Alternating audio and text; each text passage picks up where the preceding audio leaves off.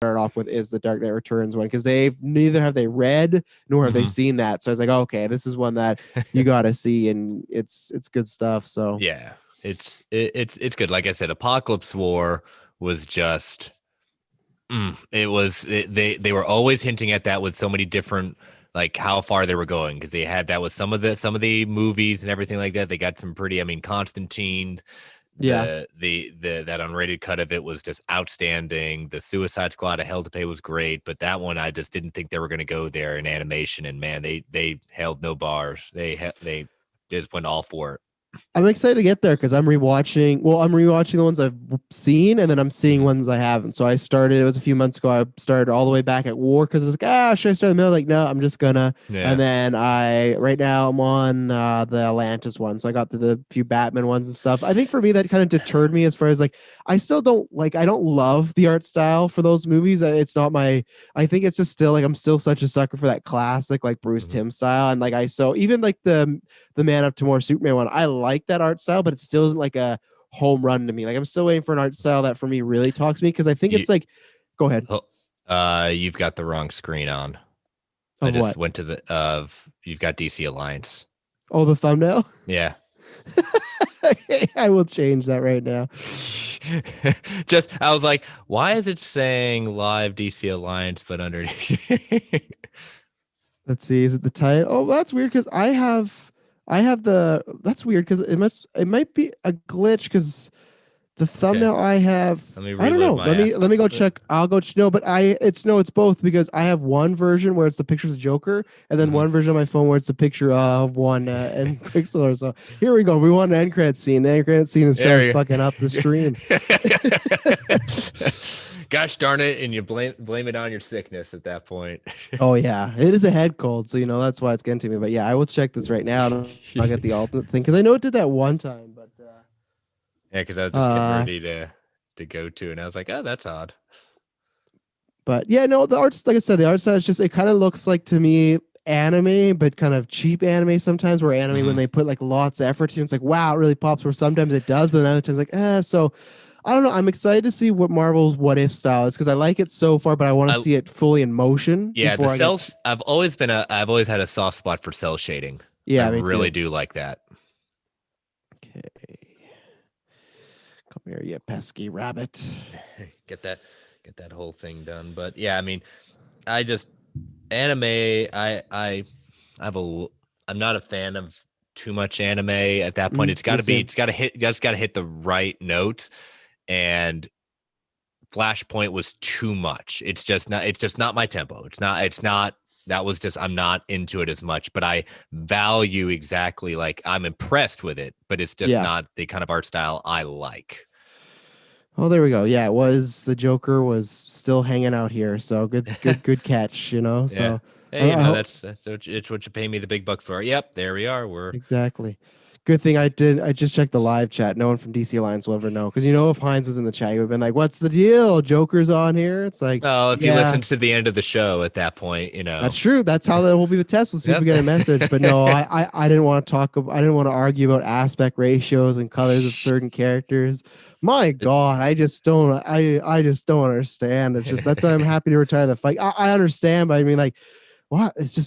It's such a big deal and I don't get it. It's like, if you don't like it, I don't know. It's just, and then the people that don't like it, some people have to go after them and it's just vice versa. It's just like, oh my goodness. Oh, what's this? Mortal Kombat releases on Thursday. New trailer Thursday. Nice. Fuck. My Geek First newscast is on Wednesday. That doesn't help me.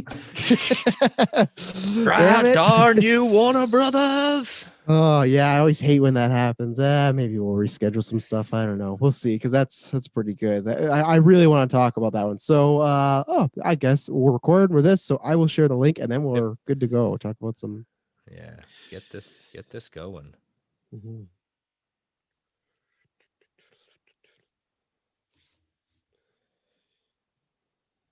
I'm glad it's a light week. I need it. Mm-hmm. Oh yeah, me too. I'm still on the menu. Okay. Whoa. Share, not to share. You didn't get Joe. Gotcha. Joe took a screenshot. Did he? Where'd he post it? He posted it in my private chat with him. Damn it, Joe. Good job. Already 10 points for Gryffindor.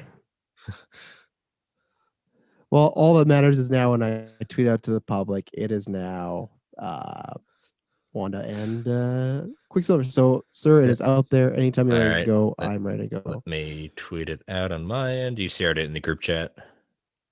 Yeah, I will do that. I don't want the inside workings, folks. People arguing about Scorsese again.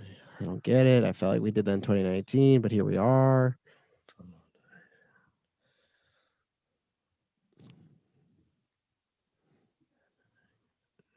Yep. Disney Star releases in a couple less than a week for us. I'm pretty excited about that. It's gonna be good. Yeah. Happy as a non-Hulu haver, so. All right, that's tweeted out. Let me retweet. What's Brent talking about? Him and Brent are about to, or him and Brock are about to record. Those bastards not watching our show. Now, I know Brent will stay for that in credit. Well, now that we started it, now we've got to. Yeah. All right, so yep, you got it there. He says, "Have a good show." Oh yeah, no, we support it all. We, go check out everything Squadcast is doing over there. Hello, Clay. I've listened to so much DC podcasts in the last few days. I listen to them. I listen to fans. I listen to fucking. Luckily, I was sick last night doing some stuff. I listened to 3 hours of Anarchy and whatnot. But I really like Ben and Garza's podcast. You guys turned me on to them. I think the first time I saw them was during Fandom. But you guys are like, oh yeah, they're good stuff. And I messaged Garza. I'm like, you guys got some good shit going on there. We had a good conversation. I'm just like, the other things too.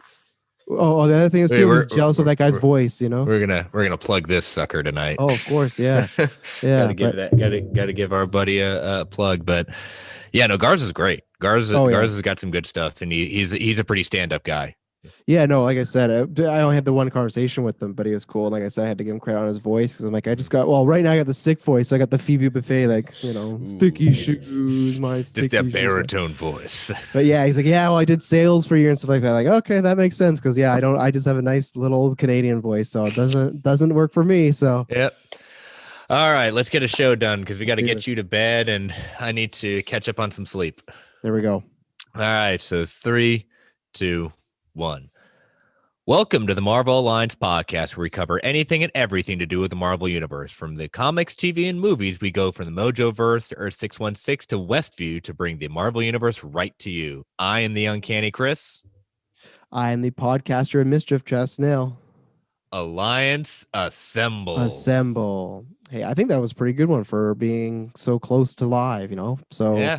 What is this, volume 36? Here we are. Yep. That's my lucky number. Is it your lucky number? Yeah, it's my it's my soon to be not age anymore.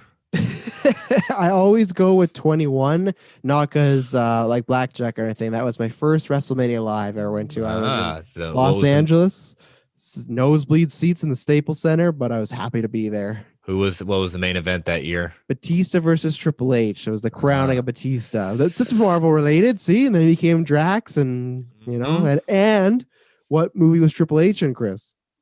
Oh, the Oscar-winning, Academy Award-winning film Blade Trinity. God, Blade Trinity, but with him and his little was a Pomeranian dog at that point. Yep, vampire Pomeranian dog too. They were really swinging for the fences right there. Yeah, it's got my favorite curse combination brought on by Ryan Reynolds. I'll let you watch it. I'm a little, I leave the hard profanity to you, Travis, at that point. But I there's some things I can't say on here, but and plus, honestly, I think I've seen that movie 3 times, so I couldn't quote it. I could I think I watched it twice in my life. We watched it once for Geekverse, and I kind of went, I'm done. There's this thing I have. There's a list of movies I just retire, and I think that's one of them. Like Scream 4 is one of them. The Star Wars prequels for a while were one of them, but as I got older, I'm like, you know what? I kind of not came around with them, but I just appreciate, like, I love Ewan McGregor in those. I love Liam Neeson. So there was things in it, but there's certain movies where I just go, I never need to watch that again. And unless it's by chance, it's like, if I just don't enjoy it, I'm sitting there the whole time complaining, it's like, I'm not going to do it. It's the same way. people don't take the shot. Suicide Squad is retired in my home because I have Birds of Prey. Before, funny enough, I would watch Suicide Squad quite a bit because I love Harley Quinn as other way around. Margot Robbie's Harley Quinn. So I'm like, this is the only Harley Quinn I have on live action. But now they got Birds of Prey. No, it's been bumped. I don't need to see it until maybe there's an haircut one day. Which, speaking of lots of good stuff, Joe, you love Blade Trinity. Welcome to your little mini DC talk at that point on Marvel Alliance. Oh, they're having a big week. It's good for them. Go check out what I'm about to plug right now. Joe says he loves Blade Trinity, so one time we'll definitely have to have him on to talk about that, because that is. I felt so bad too. Here's another DC thing on Geek First. We just did Catwoman, the 2004 retrospective. If you don't know, retrospectives are what we do. Is like we review the movie, but we also talk about when it came out at the time, trivia about all this stuff. And I felt so bad because I always like to put little taglines of what our thoughts are of the movie and just say is this the worst comic movie of all time? In my opinion, it is. And I felt so bad. Just one person on Facebook was one of our fans was like, I liked it. And I was like, well, I'm happy I found the one guy, but I felt bad. You exist. Yeah, there's always, and that's the expression why, the no one wants this, everyone hates this. There's always someone out there that likes that movie, Yep, I've stopped using that phrase because like you said, when you say who asked for this, someone did. Oh yeah. What? I didn't know someone would love Ghost Rider Spirit of Vengeance until I met Taylor Field. And that's one of, if not his favorite Marvel movie. So it's you know what, which... Well, he may be put on trial for that too. He will. Yeah, we should. It'll be a whole intervention. But ladies and gentlemen, this is Geek Ultimate Alliance. Check out a whole bunch of things. I'm going to go in a different order. Check out our Patreon at the $1 tier. It's just nice supporting. And then at $5, you get exclusive ad-free shows. Right now, by the time you listen to this, there'll be a slice of Bridgerton up there. Sarah and Katie watched the whole thing. They reviewed it. I haven't listened to it yet because I haven't watched the show, even though I did hear that the show maybe fucks and has lots of good stuff in it. So I think it does more than that from what I heard Kevin Smith talk about it at that point. So I haven't heard. Yeah, me too. I'm so far behind on Batman, so I haven't caught up. But that show I am interested in because Shonda Rhimes. I was a massive Grey's Anatomy fan, Chris.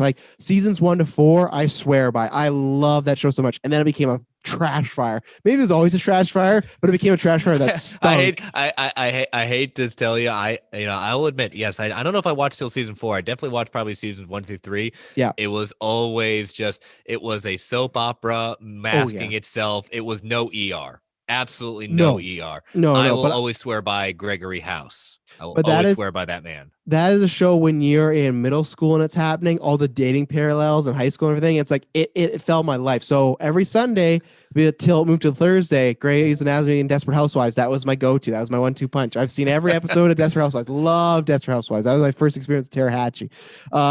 So check out Patreon. We have gone across 2 or 3 squirrels already, and we haven't even got into the stuff. Oh, yet. It's one of those shows. It's a light week, so But check out our Patreon. There's lots of good stuff up there as always, and it's just a good way as always. Thank you for supporting us because it means the world to us. We're coming on just I think over 7 or 8 months now, and it's been a great ride. So Monday is World's Finest True Believer. Chris, you had a good guest on and a good story on this week. Yes, we had Scott from DC Film Squadcast making his return at that point, and one of his recent reads that he's been wanting to read. So as he tells on the intro to the show, he likes coming out of the show because it kicks him in the butt to read books that he's been meaning to read. So yeah, this was Batman Last Night on Earth by Scott Snyder and Greg Capullo, the quote unquote their final Batman tale they've been wanting to tell. This is DC Black Label. So 3 issues. And yeah, it was, as always, talking to Scott about Batman, anything DC, it's always a good conversation. Yeah, and as always, go check out Squadcast over there because they had a great week this week. We had a good week too because DC stuff, but obviously it's been something that they've been pretty excited for. So lots of good stuff, and that's what we just talked about on Tuesday as well. You can check out DC Alliance. You can kind of have 2 if you want. You got one podcast with Chris, myself, Katie, and Travis talking about the trailer, and then you got the official DC episode with Greg, Clay, and Travis also talking about the trailer again, getting their opinions, but also just some news and whatnot. So lots of good stuff happening there. They go live on Mondays. We go live on Tuesday, so thank you for watching right now. If you are, Wednesday is the audio feed.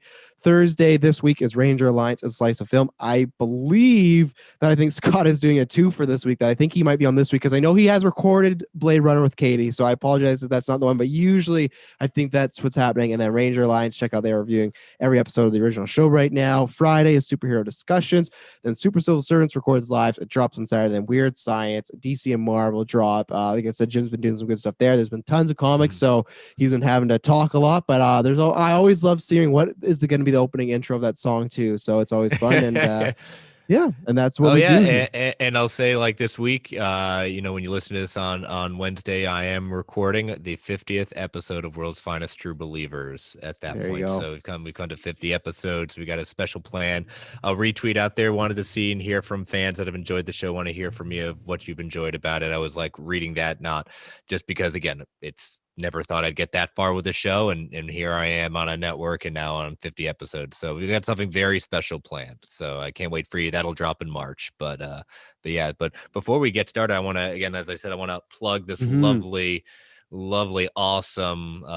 We've got this Tumblr by our fellow network host at this point, Clay, Fanboy Clay, has a Etsy page. For those of you who are Zack Snyder fans, Justice League fans, go to his Etsy. At that point, he's creating these, mailing these out. If you're a Zack Snyder fan, this is a stainless steel. Highly recommend it. This is great quality work. I know Clay's in the chat, but I'm going to do a shameless plug because he's a friend, he's a buddy, and yeah, you want this cup. And they're damn good cups too. Like I'm not gonna lie, that's the worst when people actually promote things or shows that you're like, it's not the greatest, or it's not the greatest product. But this, like, I had no problem. Like I think it's Clay, so I would have done it anyways. But like when he showed me the first time the actual cups, I was like, wow, these are really good. And whether it's him or his wife taking the photos too, very good job at the photos, like just the photos alone. But no, they look great. And I can't wait. One day I've said Clay that I will buy one. I won't be buying a Justice League one because I need to wait till that. Maybe I'll love the movie, then I'll go from that day. But when he dips his toes in Marvel, I'll be there, even with the terrible Canadian border like fees and whatnot. But it's he's making some good stuff. And Chris just showed a black and white one, but there's multicolors, multi-designs, all kinds of colors, really cool stuff going on there. So yeah, go check that out. He's working hard, doing some cool stuff. So I have one question to ask. Oh, is this the most important question of all time? Well, I got two things I'll show off because I talked about last week to the fans. I got my Spider-Man Volume 2 omnibus right there. Yep, there we go. Collects issues, Amazing Spider-Man 36 to 67. So you got Spider-Man No More in there. You got the first time we meet tons of people like Shock or Mysterio or Craven. First time we meet MJ and stuff. I kind of forgot, because I've read some of this, I forgot how like far and we met MJ to Gwen actually dying. I forgot it was like so early on that MJ actually gets in the story. I always have them so similarly placed, but yeah, it's great. Right now I'm reading the whole, I love the storyline. It's like the first 3 issues. I like Goblin when he's like taking Spider-Man's senses out and he's just like sneaking around on his glider, and Peter's like, I think I hear a bird. I think I hear something, but it's great. So between that, Moon Knight, Marvel Unlimited, I'm reading the most I ever have right now. So it's good. And I got the Hobgoblin one coming, and then Volume 1 one day. But yes, fans, it's nice and girthy, and it's sitting back there. Yeah, it's a good one. You should definitely highly recommend reading the first meeting of MJ. Definitely, if you haven't read it, or read it again, Spider-Man Blue. It's a good kind of what was happening in between the story. I love that story. Plus it's Loeb and Sale. So yeah. So the question I had, and then we're going to WandaVision, the news and whatnot. We have lighter news, but as people may have known on DC or listening right now, my voice, I'm a little under the weather. I had my first 3-day weekend in literally over a year. Like that was maybe not like an emergency or something like that. My first you got 3 days off coming up and stuff. So I was like, oh, this is nice. And like the Friday night, I feel my voice, I feel my throat like, oh no. And then I spicked the whole weekend, took a day off. So mad, like I, couldn't give myself a haircut. And then all these plans went awry. So today I took off one more day at work to recover. And I was at home just watching a bunch of stuff, did a Toy Story marathon with the girls. We watched some Justice League. We watched some Star Wars Rebels, stuff like that. And then I put on Ant-Man and Wasp, watched some of that, and then I watched Thor. Now with Thor, this is a question that I always get reminded, but I just don't know why. So there's a scene after Thor can't lift the hammer, but Eric Selvig gets him on. They go to the bar. Now in the background of that bar, Walk Again by Foo Fighters is playing. Now, Chris, as I know, music licensing in movies can be very expensive. Yes. This song is very faintly in the background and plays for maybe like 30 seconds. Now, they do use it again for the end credit scene, after the score, so fine. But like, to pay the amount of money they did to play it so shortly for not a big moment, for just in the background so quietly, why would they do that? Why not get any other song? But whenever I hear, I'm like, why did they pay so much money for this song? And this was in the Paramount days too, like when they were partnering with them and stuff. So it's like Disney now is like, okay, you can play anything, but it's like, why did they pay for this Foo Fighters song for just like 30 seconds? I don't get it. I really don't. It's got to be a personal favorite of someone. Either it has to be. I mean, let's go crazy and say, you know, Kenneth Branagh is an amazing Foo Fighters like stan at that point. That would be awesome at that point. It's not far off the realm possibility. We've heard like celebrities that we never would have thought. But you're right. Music licensing is hugely expensive. And I remember one of my favorite comedies of all time, Mrs. Doubtfire. I remember listening to the commentary, and Chris Columbus had gone on record saying the most expensive part of that movie were not the actors, it was the darn music licensing. And certain choices, and like how he had to use like what he could use of Frank, like trying to get Frank Sinatra songs and other songs, and Frankie, all these different stuff. So yeah, it's expensive, and some people play ball, and other people are like, they'll be like, I'll pay you all the money. It's like, no, we just don't want our music associated with your movie. Yeah, well, the two things. One, for Mrs. Doubtfire, Aerosmith in the 90s, that had to cost a lot of money. And two, there's someone like that, which some people aren't a fan of, but until Prince passed away, he was very much like that. You wouldn't get his songs in movies. He wouldn't even on iTunes, everything like that. And then when he passes away, who would have thunk all his music is all of a sudden just everywhere? And it's like, oh, okay, I don't know if he wanted that, but whatever. I'm not the family, but I just always laugh. I was just watching that again today. I'm just like, man. But to your point, when WWE wrestler Edge retired at one point because his injury went Hall of Fame, they let him use his song, and the rumor was that he even thanked them in his speech that they did just like let him use a song, like just let him use music, didn't even charge them or anything like that because they're friendly and he's a big rock and roll guy. So you might be right. Maybe they just love Thor or vice versa, or Kenneth Branagh. Like, you know what? Have the song, use friend Chris. But I always just laugh because it's just so it never even gets a moment where it like really turns up. You're like, this is Foo Fighters. And Foo Fighters is like a big deal. So, I had to bring that up. Hey, they're gonna be. I think didn't they? They just released an album. I think aren't they going to be finally inducted into the Rock and Roll Hall of Fame? I think probably. I think I just heard that. I could be completely wrong, but because I remember hearing another podcast that David Grohl's then going to be in there for two groups, Nirvana and this. Ooh, that's awesome. But check out their newest album if you're a fan. I love Foo Fighters, Medicine by Midnight. Their song, I've already forgotten. It's like Learning the War or Waiting for War. Really good stuff. So well, welcome back to Marvel Alliance. We just had Music Alliance at this point, Rock and Roll Alliance, what have you. Why aren't they talking about WandaVision? I want to know. Yeah, it's been 15 minutes. But let's talk about WandaVision. We had episode 6. A spectacular, it's a Halloween spectacular, I think. That's the title. I think so, yeah. Yeah, it's all new Halloween spectacular. There we go. So, yeah, it was. No. What? We're gonna have to punt at the end of the show and do a double header next week because I did not read the latest issue of Vision again. I've read it, but I've not reread it in my. I had all this time sitting around being sick. Oh my god! I did not read issue 10. Oh my god! Wow. Man. Okay. Oh jeez, I'm apologizing. Oh, everyone! For those of you that are doing this, Travis is now cracked, and I have. Oh, I just felt like such an idiot. The word he said, vision. I was like, oh my god. Oh, well, we'll figure that out. Either we'll record something separately, or like I said, we'll do a double header next week. That was completely bad. My bad, fans. That was. Oh my god. all the fans are like, I prepared for this, and gosh darn it. You had, I'll insert. Look, you mean you had one job? I had one job. One job. Oh. All right. So anyway, all right. So yeah. So it's a Halloween. It's an all new Halloween spectacular. So I would say if there is one episode that's probably my okay. This is my okay episode. It wasn't bad. It wasn't like the past couple of episodes have been. It was just, I would say this is the Calm Before the Storm episode. And I think the ending kind of proves my point is that, okay, we're we're now off to the races at this point, because what just happened at the end is confirming and asking, as always with the show, confirming and also putting out more questions.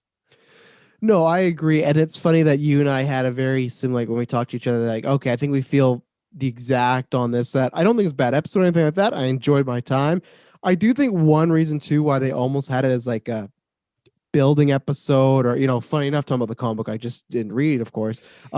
There's some issues in that we talk about, where it is just like, this is kind of a setup issue, right? Or it's kind of a, like you said, calm before the storm.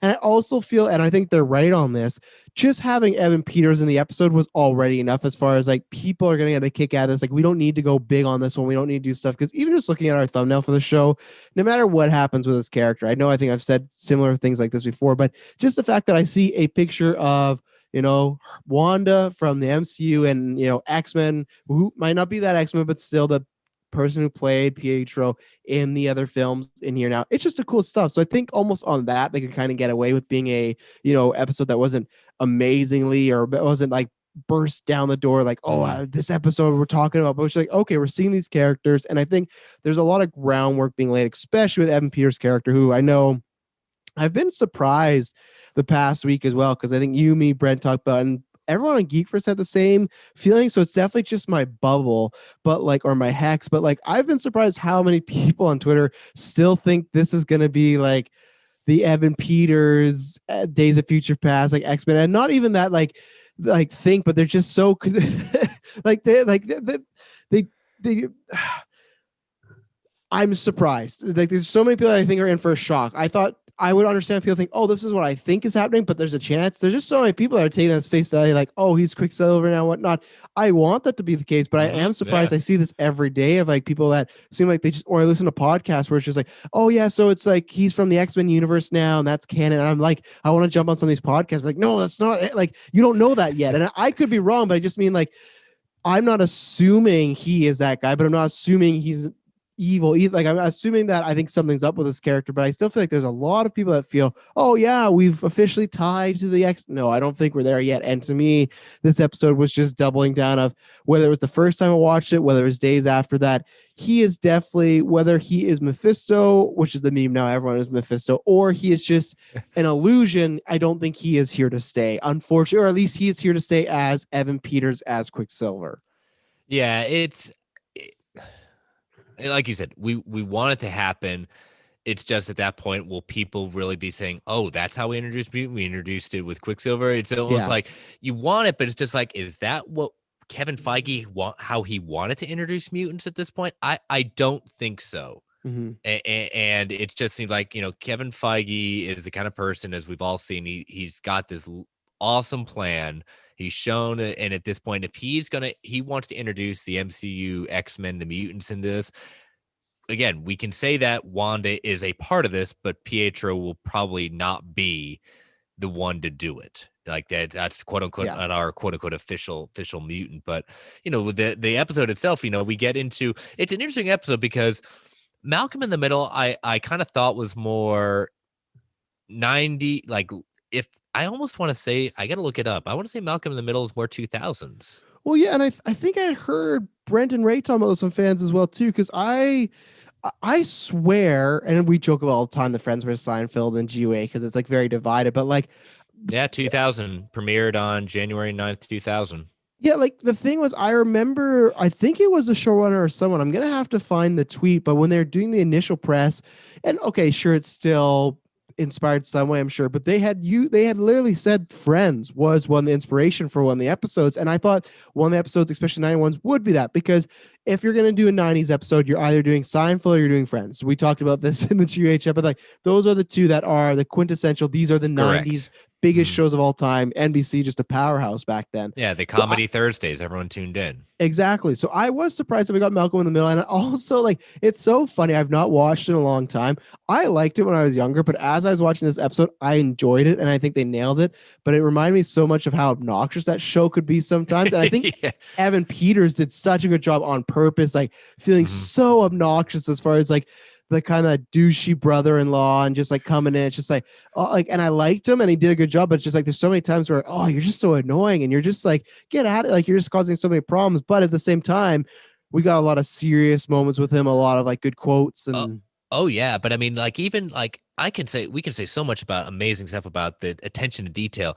The fact that the parody that they do of all these shows, especially the intro. I mean, yeah, that is like they spot literally how on. many times watched Malcolm in the Middle's intro and doing everything like the text, the kind of homages to how characters are introduced, even the lyrics at that point. You know, the Yeah. lyrics of the opening song are also pretty telling. They talk about not questioning what you've done and what if this is all illusion, but ultimately the song says sit back and enjoy the show. You Mm-hmm. know, but Evan Peters, if we do not see Evan Peters ever again in the MCU in that sense, I mean, this is his acting ability, whether it be drama through American Horror Story, or in comedy, kind of like this mixed with a little drama. His talent is out. Like just he's definitely one that he needs to continue to get some good work and to show what he can do because this is a true awesome actor out there.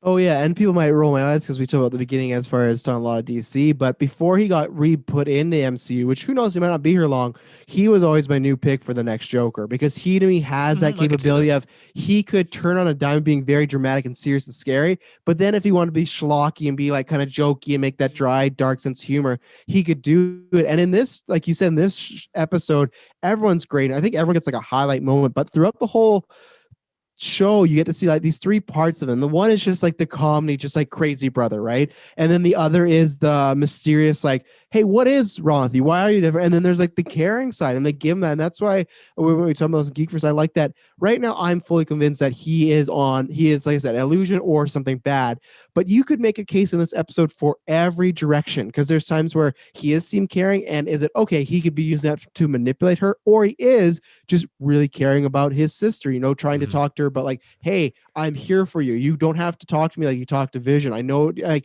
he just breaks it down like, hey, you really course corrected. Hey, like, look at all these kids, Vision had a problem with it. And he's like, oh, I'm impressed, like the way he's talking and stuff like that. So you could make the case like, yeah, he is her brother. He is there to help her out. But then there is times where it is just kind of like, it is the things he says about like demon spawns and like Yeah, that was great. Go get after them demon spawns. I yeah, see and what he's you like did there. he's scaring Wanda, and I think we talked about this in our chat, but I didn't catch this in the episode until that's why I love this show. A couple days later, someone showed this meme of him saying like, "Go get him, or like, yo, little dude, go get him," and then the commercial, the like evil guy with the yogurt says the exact same line that he says to the kids, like, "Oh, here you go, little dude," and it's just like.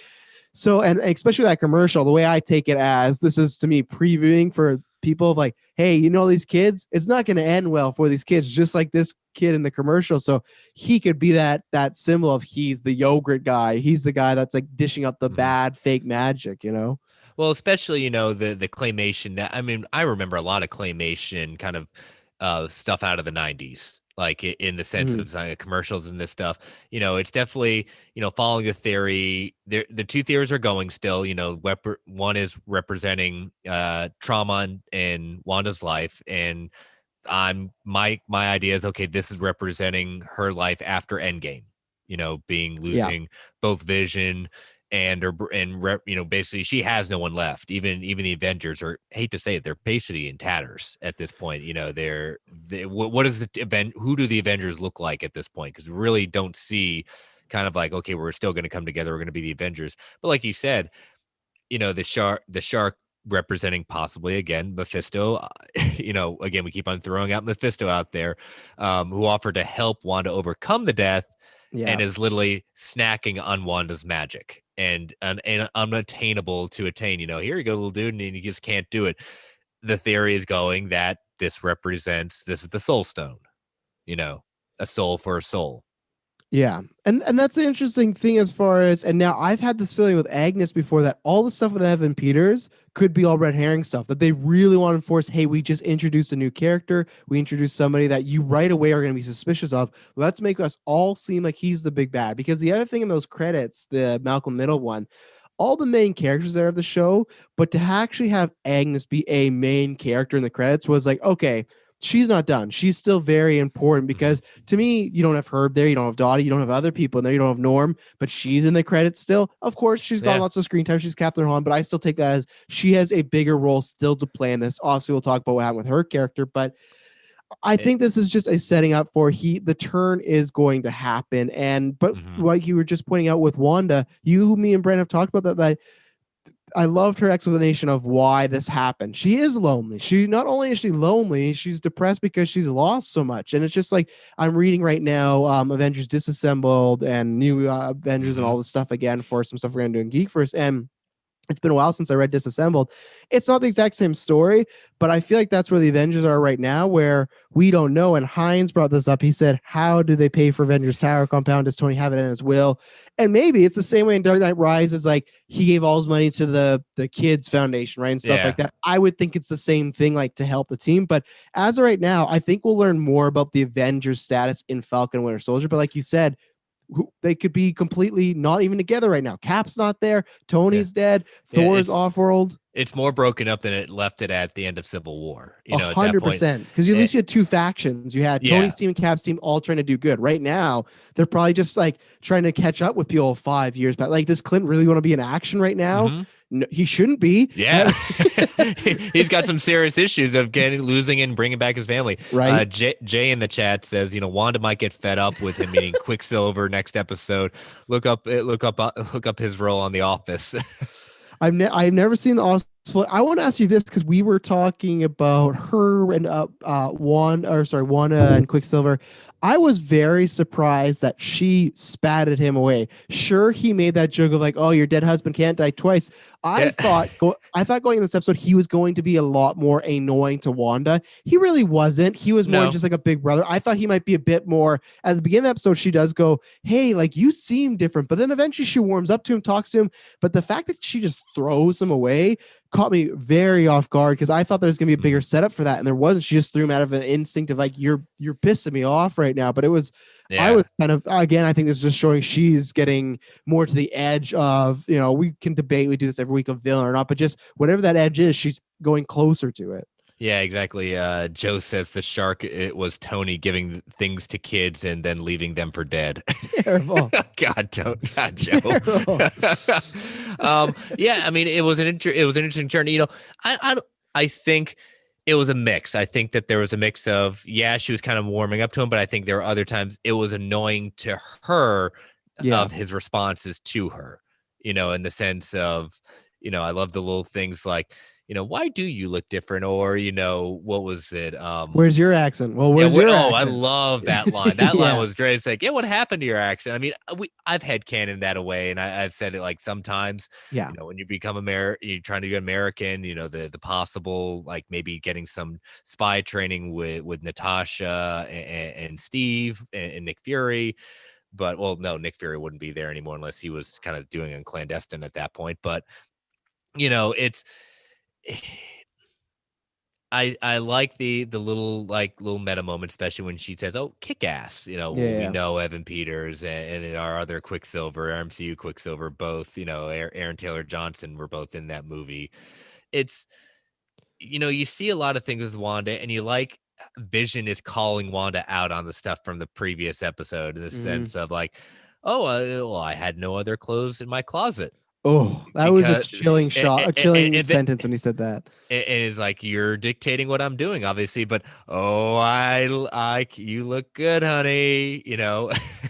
That sounds like, honestly, it's gonna be much bigger ramifications. But that sounds like if anyone you've ever had dinner or someone with a couple, and you kind of get the sense of, they're not gonna last, are they? And that's what that conversation felt like. Of like, I have nothing else to wear, and it's just like, that's scary. Like, obviously, I hope no one's in that situation in real life, but like, that's scary as far as like, she literally just made it like it's Halloween and all you have is this costume. You're putting on this costume. And I found it very interesting that from the get-go of the episode, every other episode, it's like he hasn't understood to the very end. Last episode, we got it near the end, in the middle. This was right at the beginning. He's cognizant of what's going on. He's lucid. He's on a mission. I love that he made it like a comedy subplot, like, I gotta be neighborhood watch, and she's like, that's not what you're doing. But he almost uses the comedy thing against her. He's like, no, of course that's what I'm doing. I signed up for it. And because she can't call him out and say no, because then she breaks the illusion, right? So he's using that against her, and it's very smart. And that's what I was gonna ask you, because I've talk about was Clay and the Heat vs. Guys. I'm very interested. What happens next week with him? Because this week he was cognizant right away. Obviously, he was going through lots of pain and everything like that. He may have the wormhole, but like, or the hex, and then he got back in. But at the beginning of the episode, what is his mindset going to be? Is he going to be lucid again? Like what are we going to do there? I think, with that idea, I want to say we don't get like, I think Vision retains what happened, but I think that what he's now has seen, he's not going to forget. Mm-hmm. However, he may play a game with Wanda in the sense of like acting like, I don't know what you're talking about. Oh my gosh. Like he will start playing a game because he knows if Wanda suspects like what, if he remembers anything, like she said, I can, don't make me control you because I can, and she's proven that. So scary. What was it? Oh God, Joe, right. You can write off the accent, American sitcom, because then when she walked in the hex to confront it, but you saw Wanda also when we mentioned Pietro back when, when Monica mentions it at that point, you see the accent come through again. So there are moments where, but you're exactly right. You don't want to have that accent if she wants to do that Vision. Well, and like it's like a cliche, but it's like that does happen. People are known for when they get emotional, angry, or drunk. A lot of times their accents slip through what they actually used to have. Like it comes back thicker. And to me, that makes sense. I'm with you. The accent, like if that's one of the things you want to nitpick, sure, go ahead. Like in the other movies, that's up to you. I usually have more care of like, hey, what are the character motivations here than like, oh, well, Wanda, she doesn't have her full on accent. I don't know if I can get into this. It's just like, I think it's fun that she and him talked about the accent because it's the most meta the MCU's ever been. It's very like, it's Deadpool light in a way of him calling stuff out. Like he said, the kick-ass moment that we've had other moments so far. Or how about like Pietro dressing like old school Quicksilver? Yes, which is a good example of why we should not always do comic accurate things. Obviously, it's been a huge debate this week of Darkseid and everything, and people are just being fucking idiots with everything. We'll just call it out right now. Like it's just the stuff to complain about. It's just like there was someone that showed a picture of like Thor from the Hulk TV, and it was just like, this is what I had in my youth as a superhero show. You guys are so lucky. And exactly that too. It's just like sometimes things don't work. And same thing, whether it's dark stuff like you adapt. And that's why, these Halloween costumes are great here. Other than the headpiece, which I've seen that debate of like, oh, I really don't want the headpiece. I actually wouldn't mind her bringing in some sort of headpiece. I think she made it work. But if not, that's fine. But Quicksilver, no, this was perfect proof. Like, no, you don't do adaptations of full-on costumes because he looks terrible. Not always. Some costumes age better than not. And there's some like, as of right now, I'm reading Avengers Assembled, and like it's been talked about before, but like Miss Marvel in her Miss Marvel gear is awful. There's so many drawings that it's just like she looks naked. And it's just like, how did we do this for so long? Like, how did this happen? I know that's a whole different conversation, but that's a really different conversation at that point that needs to be had. Yeah, that's where another thing, that costume should not be adapted. That should not be on screen because it's just like, that was wrong in the time. That's wrong for different reasons. So there's costumes where it's like, hey, change it up. And Quicksilver, he's had different looks.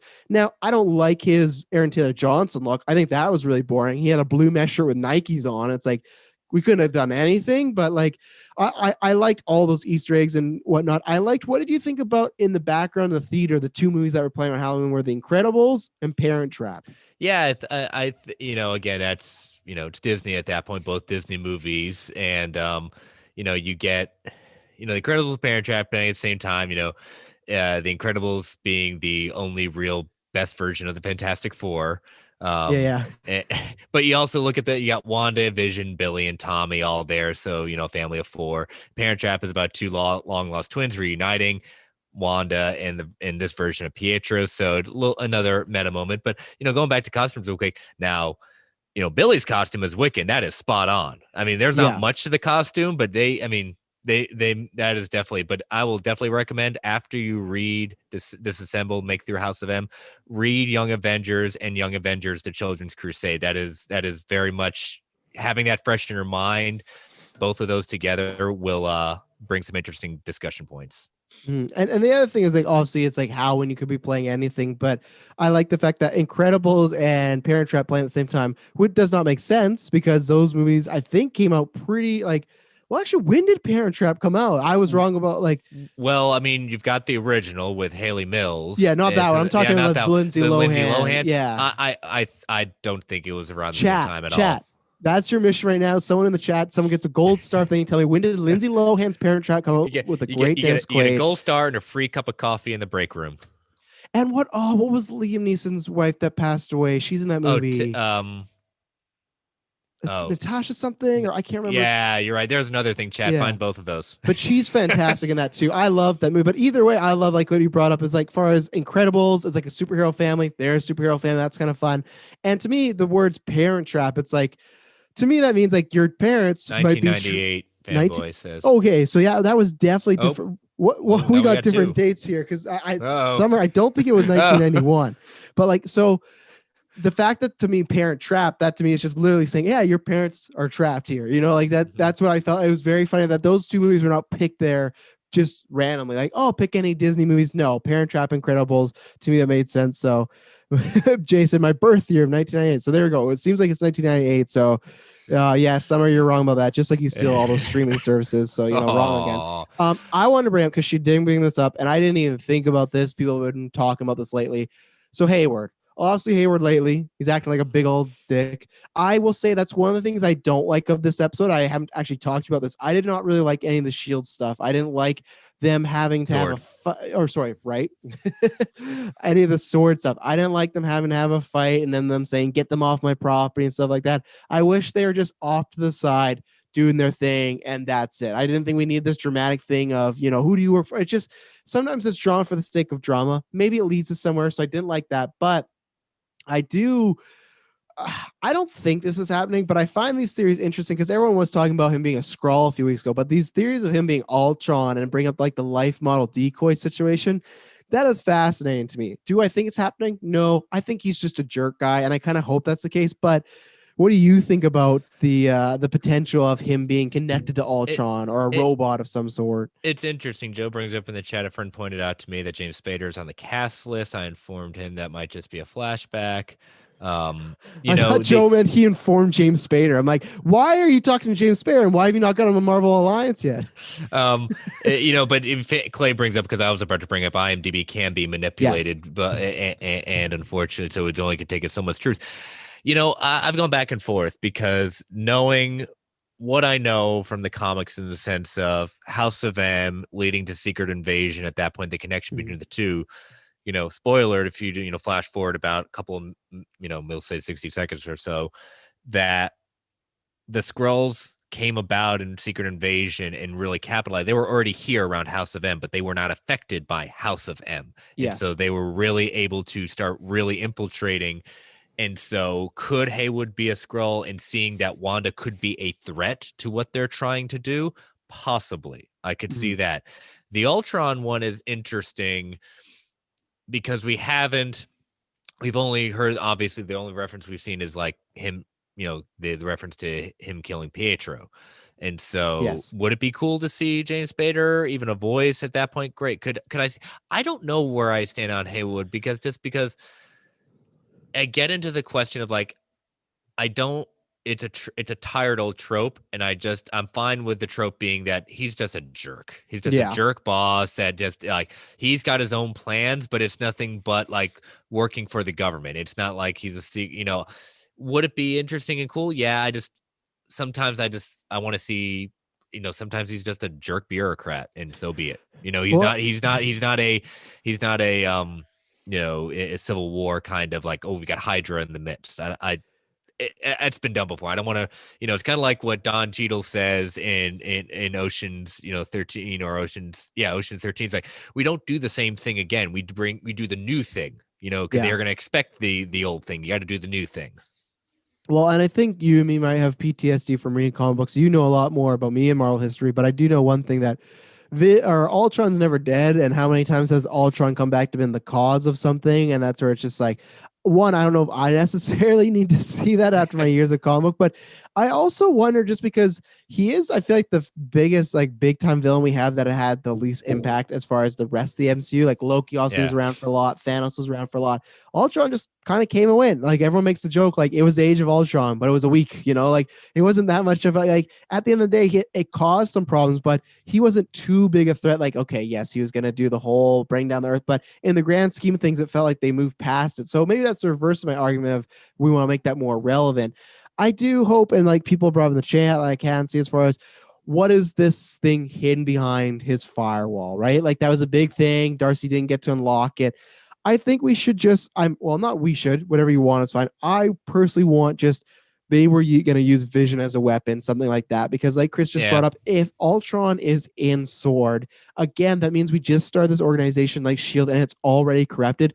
I'm fine with one guy being a dick and saying we should use vision as weapon and being in Sword. That's fine. That means the whole core isn't corrupted. But that tracks with a lot of government organizations. Yeah. I mean, Ultron's an advanced sentient, synthezoid at that point that, can basically, take things down very quickly and not be detected. This show could literally end with one of the end credit scenes of Nick Fury coming and being like, I trust you with one thing, like you're an idiot, you're gone, and Hayward's just like a guy that didn't know any better. He was trying his best, he thought he was doing good moves, and he was just, like you said, a dick. So that's kind of what I'm hoping. I really don't want Sword to be corrupted right now. We've talked about so many times, but with S.H.I.E.L.D., and that went on for so long.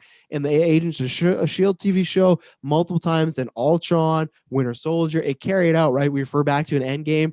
So if we already have another one that's infiltrated by a Skrull, infiltrated by Ultron, I don't know if I like it. And even then, with the Skrulls, it seems like as of right now, you're right, we have the bad Skrulls too, so cool. But like Sword seemed like they were maybe working with some of the Skrulls we had, right? Like with Nick Fury. I mean, we know they're there. Yeah, so I hope it's just a him solo thing, and I think that would also lead to Wanda doing the whole breaking Vision out. If she learned it was going against his will, he wasn't going to be a weapon, and that's why she's so kind of like hate-filled towards Hayward, because it's like, oh, you're saying I'm using him. Like, what were you doing just a couple weeks ago? But yeah. And Summer brings up in the chat, the disgust of, Haywood toward even the mention of Captain Marvel and things like that. That was interesting. There was there was a lot of different interesting parts you got to think about with that, but also, Darcy, what's behind this firewall? A little telegraphed at that point, I thought, but, we're all saying, okay, what was on it? What are we going to see? Darcy going through, we didn't see what she's going to turn into in this world. I mean, I called it in our Marvel chat at that point. I said, pay attention to the character posters, because Darcy's character poster a few weeks back when she was introduced into the show, one of the TVs was on her clothes, and her clothes looked different. It didn't give enough for me to say what she was going to do, but that said to me, she's going in. They didn't put, because if you look at Agent Wu, on the TVs that none of his clothes change on those TV screens. So that was my indication. Like, he's not going through. Darcy's probably going to go through. And that's thing Hines points out. He says, "Oh, Ultron wants Vision's body." Makes sense, 100%. That's why, like, for me, lots of these theories. That's why I bring up the Ultron one. To me, when I read them, like, you know what, this could work. This would make sense. This is just like a personal thing as far as like if they do it, I will take it in. I'll see how it goes. But I just don't know if we need to go to that well yet. And I just also don't know as far as we don't know what Vision's going to happen at the end of the show. Maybe that has something to do with it. But I just feel like one is on a different track to go Spider-Man and Doctor Strange, which is multiverse magic, stuff like that, chaos magic. I don't know if that has more like much to do about like the robots and AI and stuff like that, but hey, they can intertwine them. That could be the way Vision's around. Maybe he is a bad guy for a little bit and they gotta like wipe him clean and we get the white Vision like you've talked about, right? So these Ultron theories that people are throwing out, they sound good. They don't sound like unplausible to me. Yeah, I mean, like what I said when someone like in our group chat or someone said, "What about this?" I said, "Sure. I mean, I can give you a percentage just based on my mind, but yeah, with this show, anything's possible." We got another mention of. Hopefully, next episode we get an idea of who this astrophysicist that's going to be delivering the vehicle to them. I mean, I'd like finally that mystery to be solved. I don't see Reed Richards. That seems to be. I don't. Do I want it? Yeah, sure, but Webb's still just writing this. I don't see a casting for it yet. If he's still working on it, does he have things in mind? Could we see? You mean Watts? Watts, yeah. Sorry, You're Watts. talking Sorry. about the other Spider-Man director. Yeah, Webb's. Yeah, sorry. That would have been crazy. Mark Webb, Fantastic Four, and it's. I just don't see Reed yet. I think it's the go-to thing.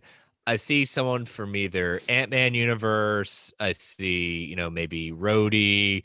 I see so it's going to be someone we have seen. I don't think it's going to be someone that is completely new. Well, chat, let us know who you think is it, because I know there's lots of people watching, so thanks for watching. But let us know who you think is actually there. I think who that person is, if it is a big person, that will be the end stinger. That'll be like there's 1 minute left, the van pulls out, and said person gets out.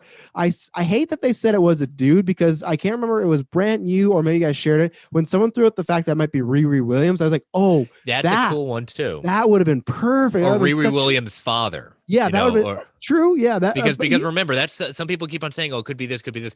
It is a male. We heard Monica say he is their like she distinctly said, or did she? No, maybe no. Never mind. I'm confusing Wu's person. His Witsec person is a he. I'm sorry, I'm getting those two confused. We don't know male or female. I thought she did say he though in this latest episode. I think so too. Okay. I think so. I think we're leaning on the side that it might be a guy. Okay. And like you said, maybe it's Riri's dad, and that would be a great way to introduce her. Of like, hey, I had to bring my daughter along, and she's already cast. Like we know this, right? Like that was a strange thing we got at Disney Plus or the investors call, but it was like, hey, boom, we're doing the show and we already got our cast. It's like, okay, they have been looking.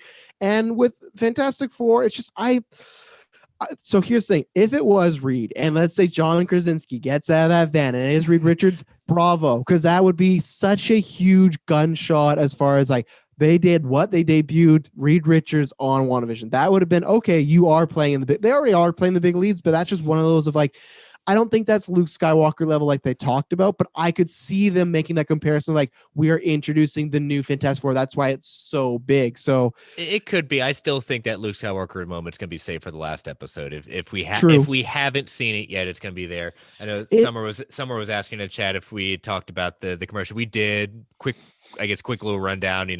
Soul Stone. It's referencing. Could the shark be Mephisto?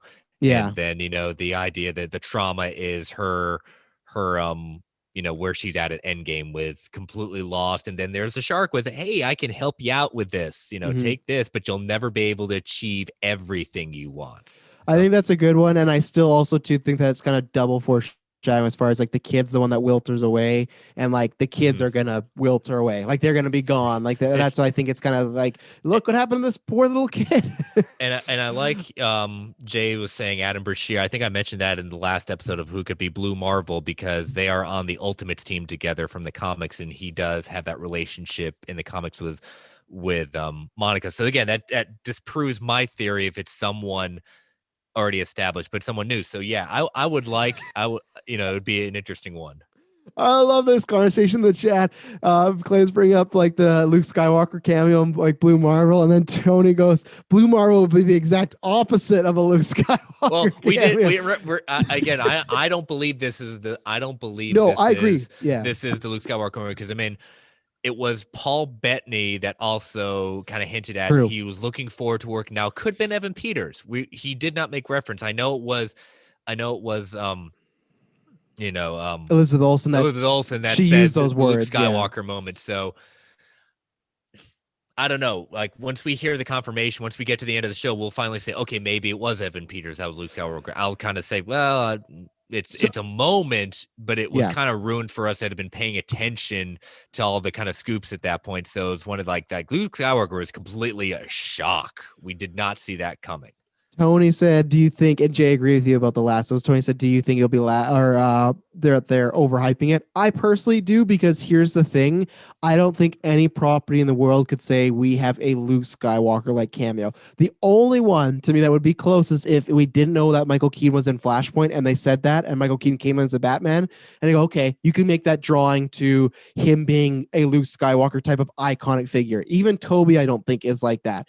How about Ben Affleck coming in as Daredevil? huge, even bigger than Luke Skywalker. No, but like here's one. So I think I'm still clearly wrong about Magneto being in the show. Now my thing has shifted to Multiverse of Madness, because I've been rereading Disassembled, and there's that moment where Wanda snaps and she faints and everyone's talking about what they're gonna do, and all of a sudden from the sky Magneto comes down and he's like, hand over my daughter now.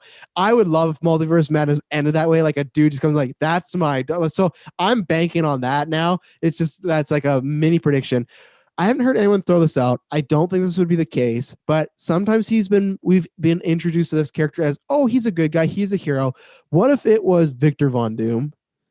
If we're talking about Fantastic Four now, I think they would save it. I don't think it would be that one going around too. Oh, I haven't. So then I'm wrong. But no, like I wonder if that could be a case of, like, we've always heard we might meet him first. And if we believe these rumors of Doom being in Black Panther, the things were, one, it'll be Fantastic Four, and two, he will be a villain that will be spread throughout. Now, those stories were saying he debuts there, but if this was just a cameo or one scene filmed, that could be something. Do I think I'm right? No, but I'm throwing it out there. It's like, that would be really fun for us, the viewers, to know, like, oh, he might be helping you out now, but he might be here for different reasons. Plus, people have pointed out, like, Doom and Wanda have had a past, like a history, as far as he had a lot to do with those kids being lost and stuff like that too. Like, he kind of was intertwined in some of that storyline. So if you were to ask me, no, I don't think so. But it's fun to think about. It's fun to, like, have this guessing game. Watch it just be some guy. Watch it just be Bill Foster from Ant-Man, and it's like, okay. But again, it's someone from we've already introduced. Yes. At that point. So, I'm just trying to think. What if it's Justin Hammer? I go back to my fact and fiction from last week. It's Armor Wars for Justin. I would be worried if Justin Hammer got that van, because, like, this tech isn't going to work. Monica, you're going to explode. The ex-wife. Remember what happened with the ex-wife? Yeah.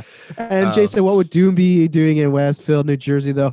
Honestly, it's just that's why I think it's a long bomb guess, but it's just he hears about this. Doom is interested in what's going on there and maybe wants to, like, what is this power? Because that's one thing. If you don't know anything about Dr. Doom, he's obsessed with power and control. That's all he wants. He's sometimes, to me, even more like that than Thanos. Because Thanos, especially in the MCU here, wanted to, bring peace to everybody, this and that.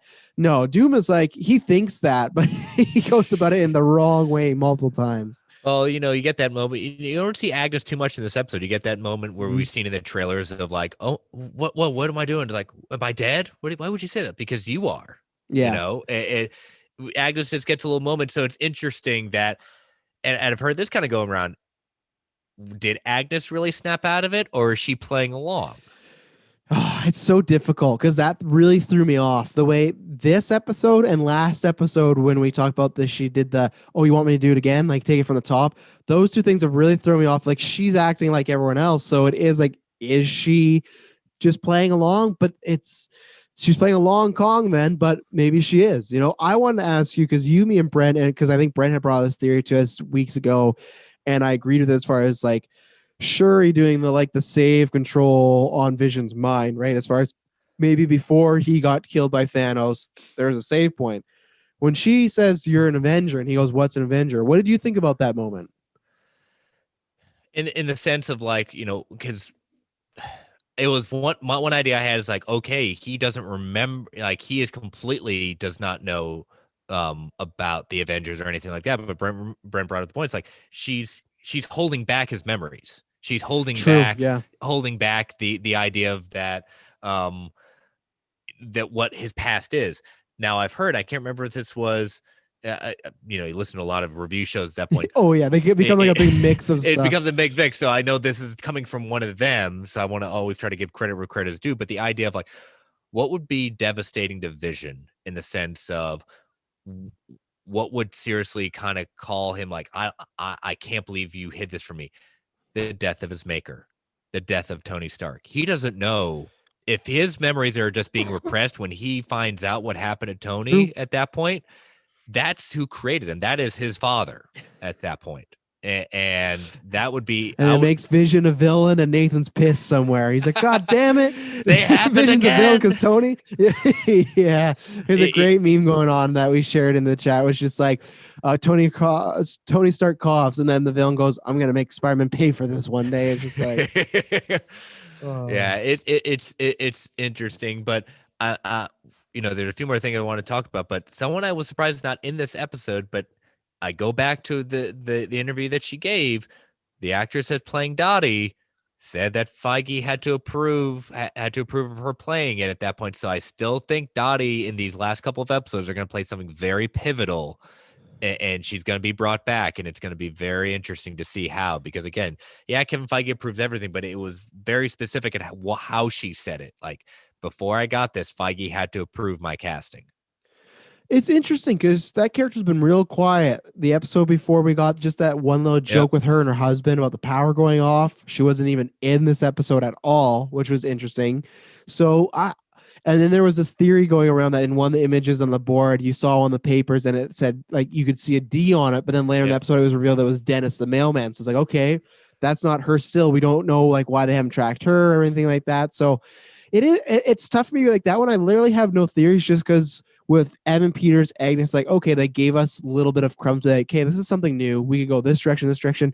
Her, all we have is kind of those interactions she had with Wanda in episode 2. The fact that, she called Wanda out initially. When she bled, she did that same thing where she had color, but we still don't have anything new. So that's the thing where it's like, I don't have any more guesses on her, but like you, I am watching when we get her. And next week is, I would assume, going to be the last kind of sitcom episode at all. This one, again, last two have been halfers, but I mean, like, I think the last two are going to be full on just episodes in the current MCU, the notes going on, because we have the Modern Family thing. We have that clip going around of like, it's no spoiler, it's just her talking to Cameron, like, oh, I'm fine, everything's fine, just a case of the Mondays. And so like, that's such like perfect little stinger, be like, I'm excited for this, but it's going to be interesting because next week I think the crap is really going to hit the fan more than it ever has, and everything's going to go really wrong. And I still think there's a chance episode 8 could be a flashback episode as far as how did Wanda exactly get to this point. That's how they show that Mind Stone. She meets Mephisto. Yep. I think there's a chance. Yeah, I think or at least her portion of the episode is flashback stuff. Yeah, I like what Jay says. Clea. And it took me a minute to think back at Clea. Like, she's a sorceress. She's a sorceress and disciple and lover at many points of Doctor Strange. So, and the look of her in the comics does fit, for that point. So we do know this is a direct connection to how this show's going. So good idea on that one, Jay. I did not even think about that. The only pushback I'll have to that is this show was already filming when they're starting to put out Doctor Strange casting grids. And one of those grids, remember we talked about this, that there's rumors going around that Charlize Theron turned down a role in Doctor Strange. Everyone kind of said, well, she looks a lot like Clea. And there's a casting description for a female that is literally Clea. Like, it sounds like Clea. Like, you, me, and Brent were like, okay, who is this? So that's my only pushback, is one, that could be red herring, could be a different role. But if they were casting for Clea while this show had already filmed, it's not her. But we have that story again of Feige had to approve it. So it could be. I'm definitely not ruling it out yet. And Tony said, who do you think will play a bigger role, Agnes or Dottie? I think overall will still be Agnes, just because the screen time, she, like we talked about earlier, she's in the credits. She's had a bit more relationship with Wanda. I think Dottie will have a pivotal role when we get down to the reveal of it, but I think Agnes will have a much more bigger impact. Agnes has a chance of maybe sticking around, like in a different movie or series or whatnot. So I think Agnes. I think she kind of has the bigger role right now. Yeah, it'll be interesting. Like I said, this is the Modern Family episode. Where they're going to be talking directly to the camera. That's very Modern Family-esque at that point. Before we kind of get into like what we think is next, I'm just going through my list of Easter eggs. We hit on a lot, the obvious costumes, some of the references. Because I remember Clay brought a couple of this in the chat. Like, one of them was when she's scrolling through some of the folders, one of them says Project C4 113. And the first time 113's come up, but it could be a reference to issue 11 Avengers 113, features Scarlet Witch and Vision on the cover, and Scarlet Witch is saying she's going to make the world pay for Vision's death. Yeah. Then there's another file, Project M5247. 247 could be the reference to Avengers issue 247, which features the Eternals revealing the secret origin and Scarlet Witch revealing their secret origin, and Scarlet Witch and Vision trying to help Captain Marvel. So, they do like that, and it's going to be interesting that, again, going back to Monica Rambeau's, blood being altering. We know that, she's getting powers. It's pretty much being telegraphed at this point, but is this vehicle. She's going to enter a third time. The vehicle is supposed to prevent her from being impacted by it. But again, there may be a third time in her future of entering it. And that may be the thing that's going to push her over the edge and become a full super. No, I agree. I think that might get her in, but she could get pushed out again by her or someone else. And then I could even see, I could see that being one of the end scenes or even an end credit scene of her starting to use the powers. I don't think she's just going to bust out. At first, I thought, oh, maybe she will. She'll bust out powers. We're going to see a hint of it in the show. We're definitely going to see it. Yeah, even if it like overpowers her, like makes her pass out or something like that. But yeah, that'll be interesting. But it's definitely, like you said, they're choreographing, but in a good way. You know, give them little things for the mainstream, like, hey, your blood work, your X-rays, like something's not right here, and it's laying of breadcrumbs. Yeah, it's going to be good. And this, like you said, I believe this is going to be our last one. We could be, I think the penultimate could be. It's going to be interesting if they do the last one. You know, we've heard the rumors, like Kevin Feige confirms the next couple are an hour long at that point, and you know, you do the math. The show's just maybe an hour long or close, or like we're just going to get very sporadic. Like next one might be 40 minutes. The other one might be, the next two might be longer, closer to an hour at that point. And yes, the jokes of how long the credits are. Their credits are been about 6 to 7 minutes at that point, but I will continue scrubbing through those credits. I'm getting my darn egg credit scene, and and it's going to happen at the last episode. But yeah, Jay, I'm looking at the chat saying, Jay saying, I'm the only person who still thinks the big bad of the series is Dormammu and not Mephisto, only because it's been stated that some refer back to the Dark Dimension where Dormammu is in Doctor Strange as hell. Yeah, I mean, again, that's. I think I've heard, you know, I'm going to laugh if it's not Mephisto just because everyone's been so focused on it. So to your point, Jay, it could be Dormammu, could be Nightmare, because I think that is my. What I've heard a lot from different people I know that's saying that it's Nightmare is going to be, I think that was within the script or the original proposal for Doctor Strange, the Multiverse of Madness. Nightmare is the big villain. That was the word too, Scott Derrickson, that he was using Nightmare and stuff like that. So and yeah, I think that's plausible. Could happen. Like I'm the same as Chris. I'm gonna laugh so much if we spent all weeks talking about Mephisto, and it's like, no, we never planned to use Mephisto. But it's Ghost Rider. Yeah, why not? You know. Taylor would love that, but my thing is if Ghost Rider popped up and then they kill him one scene, it's like there's your Ghost Rider for the MCU and it's over. But no, I think it's tough because I thought Dormammu definitely was going to appear in Doctor Strange 2, but I feel if you were to ask me, I'm going to say no for now. I think he might be the big bad in 3. I still feel bad for potentially Baron Mordo because I know he's coming back and I hope they give him some juicy stuff like he's working in the background, but I feel like he could get very looked over if we have, you know, Tom Cruise's Iron Man and all this weird stuff going on. It's like, so I think in 3, you're going to get a big Baron Mordo, Dormammu, hopefully with a body this time, back and doing some stuff. Oh, I don't care if people think it's cheesy. I want the metal body with the fire head ball. I want exactly that. I want him to take form like that. But I think 3 will be kind of back to those 2 villains as big ones. But hey, you never know. Dormammu could be doing this. Yeah, and back to the commercial real quick. This is the first one we haven't had the couple who many people have theorized are her parents. Yeah, you know, so it'll be interesting next week to see what we get. Because I was wrong last week. I thought we were going to get a Quicksilver one, and we didn't necessarily. Could be if he's like the fake Mephisto, but I thought it would be something a bit more about his death or stuff like that, just because it was current with, hey, my brother's back. It was a big deal and stuff. But like we said again, we're getting more and more evidence that this is not all Wanda doing this. Like there is someone that has influenced her and either has enhanced her powers and pushed her. That's why kind of Agnes and Dottie keep on coming up at this point. You know, Agnes may be the bigger person, but she may be playing her part for her master, whoever that may be. So yeah, and I think this week we're not going to get all the answers, but I think we're going to get some of the answers. You know, I think there's going to be 1 or 2. It's going to be interesting to see how Sword rallies from this, because I love the idea that they all become clowns in that one. That's perfect. Yeah. My question is, do we get the state of Evan Peters revealed in this episode? Do you get the the kind of look behind the curtain of whether it's revealed the one or not. Do we get the he is a good guy, he is from a different universe, he is Mephisto, he's bad?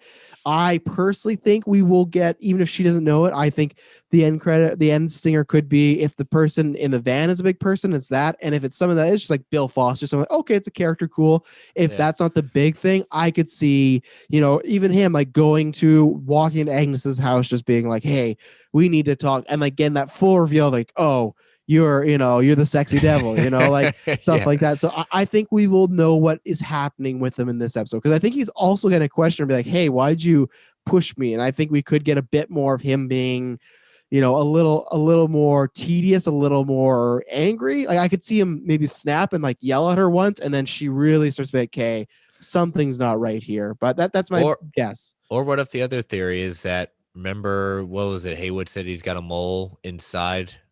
I have heard this one. And so it may, like to your point, it's not Evan Peters. It's someone who something has influenced it at that point, trying to portray it, and they're just saying, "Oh, sure, why not? It works."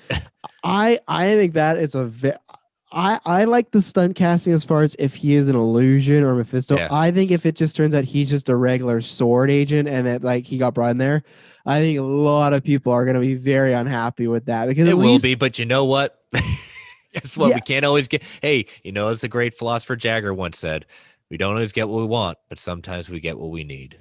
True, but you also don't want to piss in someone's tea, and I think that could be a pissing the tea. If that's really going to tick people off, that Quicksilver is that. I think so. I think I've seen enough people convinced that he is the X-Men version. I think people will look at this and go, you could have used anybody, and you got us way too excited for the guy just to be a sword agent. But I think if that's our fault as fans. That's our fault. But I think ever since the Mandarin, they don't want to screw themselves again. I think that for me, it didn't make me that mad. I will give you that. That's a fair point. And I think if he turns out to be a villain, I think people will be disappointed, but I think they'll go, oh, okay, he's the devil, Dormammu. This would make sense. He would use her brother.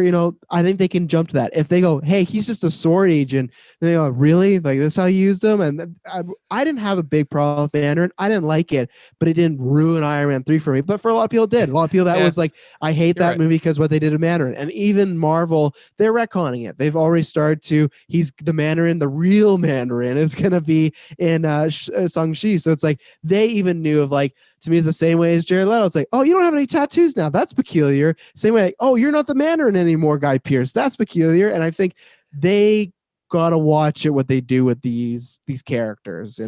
Yeah, the Jay brought up the possible mole could be the actor playing the one with the earpiece for the Neighborhood Watch, and I think the only reason I dissuade that, I think that he was also named on the board. Herb? But Herb. I think. Yeah, he Herb was just a Frankenstein this episode. Yeah, he was Frankenstein, but he was named on the board. But again, it could be, you're not necessarily totally off on that. It could just be, again, a play of who it is. But, being that he's named as a resident at that point, it puts a little possible thing that may not be him. We talked about Kevin Feige proving her casting, and maybe it wouldn't be the biggest role in the world, but what if it's just Dottie? Yeah, what if it's it just could be. And what if why he had to prove it? Because this character is going to be in other movies or projects. She's going to be a sword liaison. She's going to be something like that. Like, and if she's going to have some screen time, Agent Brand.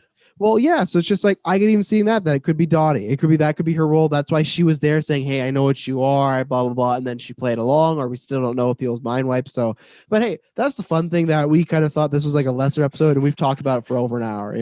That's the best thing with this show. I'm sorry, you just got to read Clay's thing in the chat. Are you guys going to talk about the horrible cell touring WandaVision has? Are they need to show us the big bad next episode, or it will be a massive bomb? Yeah, that's been a fun debate as far as like I feel like the debates that I just roll my eyes at is people arguing about ratios and arguing about television. It's just like, why are we doing this? What's happening? Like, it's just like, I don't know. It's like the Jim thing from The Office. What is going on? Oh, I know. But you know what? At least I guess people are arguing about just little things, I guess, and we'll move on. Next week it'll be something else. But yeah, no, it's hey, if this is the best advice I can give you. If WandaVision or weekly TV is not for you, guess what? You got 3 more weeks. You can watch it all together. Falcon Winter Soldier, it's just 6 episodes, 6 weeks. Wait, you watch it all together. If that's how you really feel, just log off. Don't get mad though if you get spoiled or you find out Peter Parker's the guy in the van or something like that. You know, like you can't get mad. And I'm the same way as far as Game of Thrones. I always used to, for a while, watch 3 episodes at a time. I let them build up and watch 3. So when I found out a character came back to life, go, okay, I'm not mad because you know what? I chose not to watch it live. That's on me. Yep. So that's what I don't want to hear. You can complain. I don't understand why you're complaining about weekly TV being, bread feeding you things, because it's like, yeah, that's the point. You don't give everything away. It's not a movie, but it's a fun debate. Twitter sometimes it's fun to see what pops up there. It is, and occasionally it actually brings you hope, and then it just brings you right down to the cesspool it is. Exactly. Anything else on this? No, I think we kind of covered as many angles as we could, and I appreciate the chat kind of helping us along and bringing up some good ideas. Yeah, that was fun. Yeah, everyone got good theories, and that's what I was just saying. Like between us, friends, everybody, people randomly online, this show, I think more so than any show that we are going to have for a while, is going to have that fun theory, like people talk about the loss factor, and it is like that. It is every week. That even this episode I thought was a little lesser than, there was a bunch of stuff that was like, hey, what's going to happen? So I want to pop, because people are talking about Tony. Herb did almost also break in episode 3. Very odd how he and Angus also broke character with other characters in Vision Needs shock around, which how did he not know to do that? So true, it is like, and I guess you could make the case that Herb is on the board for a potential further cover up, right? Like if he's that, like look at Sharon Carter. She was living against Cap. Lots of people didn't know she was an agent of S.H.I.E.L.D. for a while, right? Even Captain America didn't know. So it's like that could be Herb, right? They're saying, oh yeah, he's just a guy on the board, but really he is our guy in there. Maybe. Yep. Again, we'll see again. As I said before, any theories definitely has some more validity versus others, but in this day and age, anything and everything is on the table. Oh yeah, like I said, whatever he turns out to be, Evan Peters is in the show playing Quicksilver. Anything can happen, like we're off to the wild races. So okay. All right, let's take that first break before we get into. We actually have a light news week, a lot of casting. Not much to it's just interesting casting, but yeah, it's actually a light week for news. Yeah, so we're going to take a quick ad break. This helps support the channel. This helps keeps on the red lights and Chris's regular lights and all the lights here in Westview. So we're going to be right back, and we're going to talk about some nice, good old news. And we're back, Chris. Here we are. Talk about some news, some casting, like you said. Yeah, a lot of casting this happened. We'll start off first with, let's kind of, I have a nice segue. Doctor Strange 2. Adam Hugel joins Benedict Cumberbatch and company for Marvel's sequel. This is coming from a Direct. This is an exclusive for the Direct. Adam Hugel, rising actor who's appeared on the BBC's America's The Watch and critically acclaimed 1917. That is an awesome film. Has joined the cast of Marvel Studios' Doctor Strange and the Multiverse of Madness. Direct and exclusive report. Our sources indicate that he is likely playing Rintra, an alien Minotaur who possesses magic in Marvel Comics. And God, if you can somehow pull up on screen, I would love for you to pull up on screen so we can give a visual for those people again, a alien Minotaur possesses magic powers in Marvel Comics. How do you spell the character's name again? Rintrah.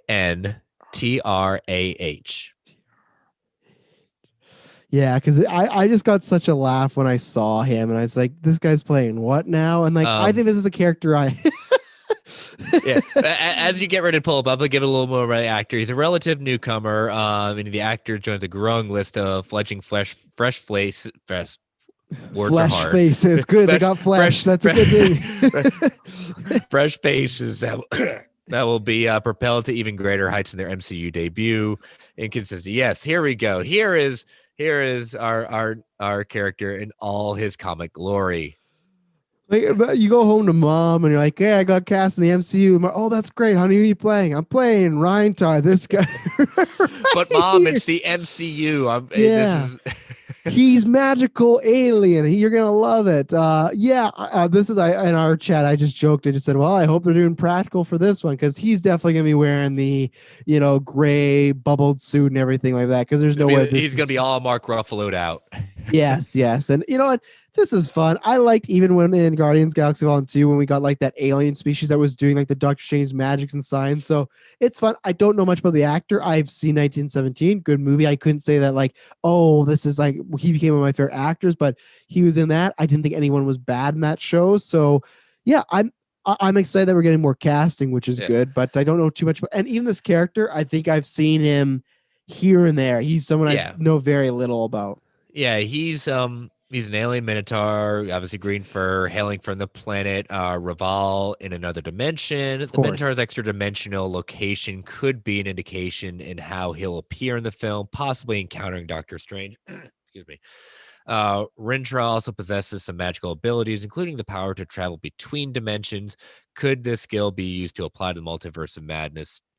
Most likely. If so, perhaps he could act as a guide to Doctor Strange and Wanda Maximoff. So, it'd be, again, I applaud MCU of giving younger up and coming stars their kind of big time debut in this one. It'll be interesting to see if we're going full CG or we're going to go half and half. Again, we get Thor: Love and Thunder with Christian Bale's character compared to the comics. Of what are we going to see in Love and Thunder? Yeah.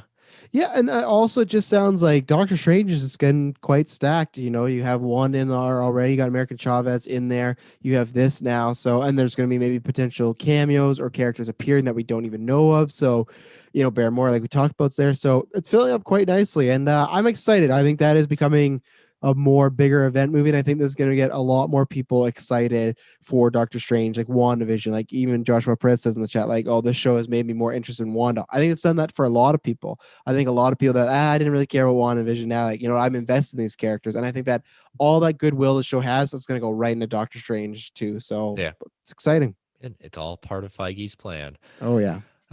So yeah, it's kind of like a interesting one how these next two stories came out, because they definitely tie into each other, because Illuminati had referenced first that some description of castings were happening, and one of their castings ended up getting proven as a hint. So we'll start off with what Deadline broke as tying into what Illuminati was hinting towards. I can't remember if it was the same day or it was a day later that they kind of were separated, but Deadline, according to Deadline, Brie Larson's Captain Marvel 2 has found its villain in Zawe Ashton. From Velvet Buzzsaw has been cast as the main villain in Captain Marvel 2. The outlet did not specify the exact villain of who will be portraying. She did first break onto the scene in the series Fresh Meat. She's also recently on Broadway in a revival of Betrayal opposite of Tom Hiddleston. So there's a little MCU connection already. Charlie Cox as well. Yep, Charlie Cox. On the film side, she was most recently seen opposite Jake Gyllenhaal, Netflix's Velvet Buzzsaw. Other credits include Nocturnal Animals and Greta. She is, we don't care who she's repped by. Sorry, I'm just not into those agencies. Larson's Carol Danvers doesn't really have too many prominent villains. We kind of know that at that point, but she does have a few that she can't call her own. And so one of the obvious candidates I'm thinking is Dr. Carla Sofin, aka Moonstone. In the comics, Sofin is a morally bankrupt psychiatrist until she gets her hands on an alien rock called the Moonstone. And for those of you that pay attention, if you do read Dark Avengers, Moonstone has a very prominent part to play. I think it's a good educated guess, because like you said, off the top of my head, she doesn't have that big of a rose gallery. And also, most of the times I've read Captain Marvel has been in crossover stuff, and that's something that I do need to change. I think I've read more Miss Marvel solo stuff than I have of Captain Marvel, but she's always been around and stuff. I'm a big fan of this actress. I liked her in both Velvet Buzzsaw and Nocturnal Animals. Both movies super weird. You check out my review on Geek for Sighted years ago. Both movies I was also disappointed in. Nocturnal Animals was one of the worst experiences ever. I had to tell a couple to shut up because they were talking like throughout the whole thing, and I was just like, "Will you shut up already?" And that was really awkward. The rest of the movie, it's just like, and that movie's a weird movie too. So check out Nocturnal Animals. It's a different type of movie. Jake Gyllenhaal is also in that movie. Good. Like I said, I'm interested to see what we do with Captain Marvel 2, because we've heard so much about like it might be a big crossover movie. So when I heard that, and then I heard this, like, well, like I feel like some of the villain might be someone we already kind of know. So I really have no guesses. I just always the same thing. It's good to add talent, and she's a talented actress. So perfect. Sign me up. Yeah, I mean, we'll see the after effects of Secret Invasion. I think Secret Invasion leads into Captain Marvel too. Yeah. So And yeah, there's been more so and more rumors from people saying that she could have possibly also appear in Secret Invasion as well. Same with Monica Rambeau. So if that's the yeah, case, then that's very tough. Like she could literally just be playing a new leader scroll. Like it's just thing like with those reports, they didn't give any sort of like it might be this. Sometimes we get that, but no. And to your point of you don't care who she's repping, I will say that to all scoopers when you put out exclusive and then so and so's rep by so and so, we don't care. Stop putting those out. They're not going to the get you any agencies care because traction. it gets their name out there. But Yeah, I get it. You get the brownie points, fine. But I hate because I'm definitely like you. I have notifications on for some people so I can stay up to date with the news, everything like that. And when I see this, I'm like, oh, Kroll tweets out exclusive. Oh, she just moved agencies. Cool. Thanks. Good for the girl not. from Borat. Yeah. But yeah, going back to Luminardi, they were hinting at this was a casting that way because the role described a strong African American role and prominent part. So we want to give credit where credit is due. But also they also were saying the second one is described as a quote unquote red herring role who is likely to see their demise early in the movie. However, no names are in the running yet. Marvel is said to be eyeing a quote unquote Clive Owen prototype for this part. So it won't Meaning be that Clive Owens. meaning that the studio is searching for an actor who has a similar look and on-screen essence as Owen. Seems likely that they're getting really close to casting these characters and was later proven. But it's very a quick death for this supposed character. So I have no indications on this one, especially it seems like one of those characters that's going to be really pivotal in the beginning and then like as an intro character, but within the first 30 minutes, it's going to be, wiped out. Yeah. Summer, you said you love Nocturnal Animals. So a cheap plug here, and I'm hoping Chris and Brent will join me. On February 27th, we have the trial of Taylor Field. But the first hour of that after 9 is going to be movie talk. I'll definitely talk to you about that because that is a weird movie to say you loved. But Chris, this is also, Summer has said her favorite date movie to show people is Gone Girl. So she can't be trusted because I don't know if that is a good choice. But I mean, I read the book and also saw the movie at that point, and you get to see a new side of Ben Affleck, and that's where I'll leave it at that. Yeah, You get to see the can't bat miss plot. it. Yeah, and that's the same thing with this Luminary. It could be true because this is what we always talk about with these places that they are the B, C plus tier scoopers because look at We've got someone joining our chat. Look who's here. Mephisto. I will take one as children. This is getting fucking weird. I feel like I'm watching like this is awesome. This is I just watched a Netflix documentary about the Cecil Hotel. That creeped me out enough, and now we got Mephisto in our chat. Oh man, that's scary. So hey, Mephisto, subscribe and like while you're here. I was gonna, I was gonna say like, and this is I'm not trying to rain on their parade, but Luminary last week did put out like, oh, Mahershala Ali is gonna be cast in Last of, and then literally hours later, it's like, no, it's Pedro. So they could have sources, but some of these stuff, like we talked about the actors, that proved to be right. But even this character, it could be something that was an old script, is not now. So you don't know if it's not a Deadline Variety Hollywood Reporter, it still not might be happening. I feel for scoopers like this in the sense because they have done a lot of good work at this point. And to your point, they might have their source got hold of wrong information and not necessarily trying to. The Mephisto even has the really creepy Evan Peters like Photoshop version. I'm not sure if you've seen the photo going around recently of Evan Peters photoshopped as Mephisto. Yeah. It's really creepy. He looks like Pennywise the clown from It. And well, Mephisto, glad to have you aboard. Yeah, thank you for joining us, Mephisto. Now you stay away. You stay away from you stay away from Spider-Man. You stay the heck away from him. Can you tell me, Mephisto, who's harder to work with on set, the devil or Tobey Maguire? Just get back to me, okay? I just want to know. But send me the Spider-Man 3 and the Doctor Strange script, please. Work on that. No, but don't do that. I won't tell anybody. I just, Sure you won't. You'll only subtly hint it throughout the next couple of years. All I'm going to do is I'm not going to look at the scripts. I'm going to put them on my computer. I'm going to go Control F, and I'm going to search word Magneto and see if it's in there. And then if it is, I'll click away and not say a word. But, I had a hint about that for years. Like, This is definitely one of the most entertaining shit. Oh, he says Tobey Maguire. This is definitely one of the most entertaining chats I've been involved in. Oh my goodness. You're making a deal with the devil, Snell? No, I wouldn't. Those people are idiots in movies. There's nothing where it never goes well. Everyone go watch Bedazzled, one of the greatest movies of all time. Stop that. No, it's not. But I love Bedazzled because I love Brendan Fraser. Look at all his wishes; they go terrible. It's not good. It's a monkey's paw. It's a monkey's paw. It is. Look at the original Ghost Rider movie. He loses his dad right away. Like, no, never make a deal with the devil if you're out there. Never be that desperate. There's always another way. Listen to Geek Ultimate Alliance. That's what you do instead. We got great life advice.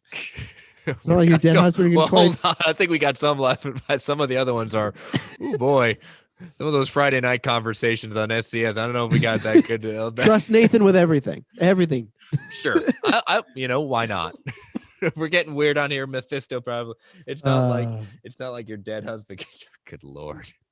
I look forward to more talks from you, Mephisto, throughout this time. I hope you continue to join us. This is awesome. Oh, yes. All right, let's move on to rumor. The villain into Spider-Man 2, Spider-Verse. Spider-Man Spider-Verse 2 has supposedly been rumored. This is coming from Murphy's Multiverse, who's been definitely racking up some of the good scoops as well.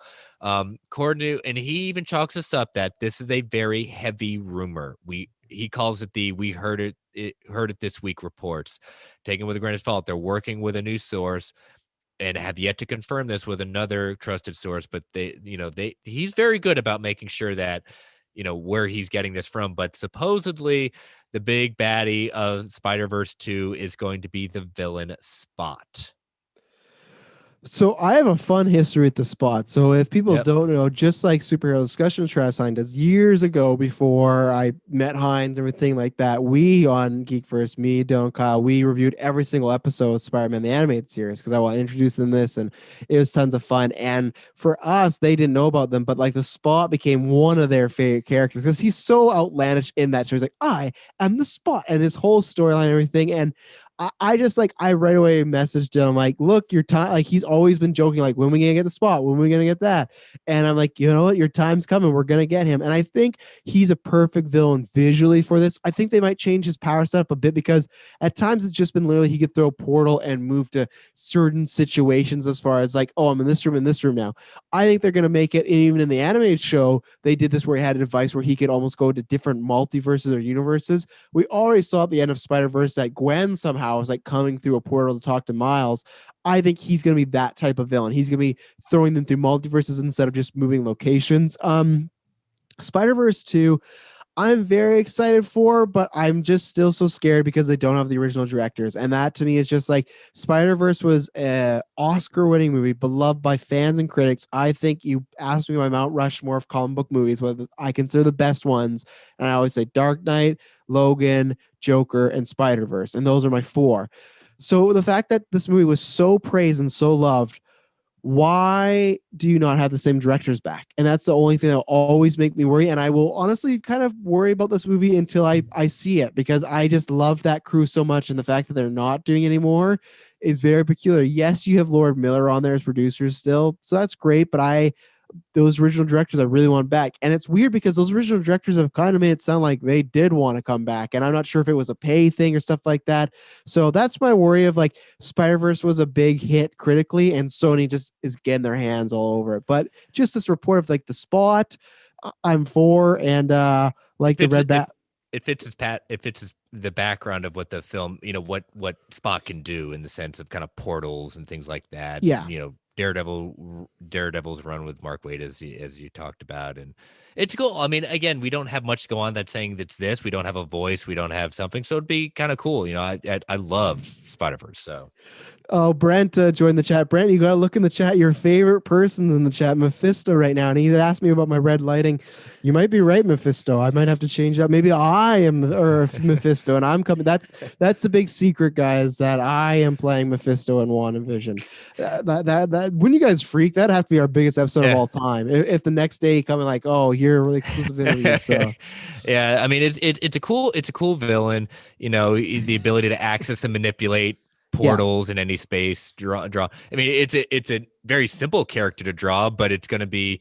Again, I like the idea we're going to continue doing the Spider-Verse thing, and gosh darn it, I'm getting my Spider-Man 2099 as Oscar Isaac. That's continuing. I'm glad. Oh yeah, I won that, and I'm just holding out hope for me and Brent that we get Ben Reilly somewhere. I want to see the Scarlet Spider. Put me in with that. And it's funny because I always said on Geek First, I said who's going to get Toby and Andrew first, them or the live action. It seems like live action's going to get it. And I wonder if they kicked themselves because the directors, we talked about some Marvel Alliance once that they were going to approach Toby, but they thought, oh, maybe it's too soon.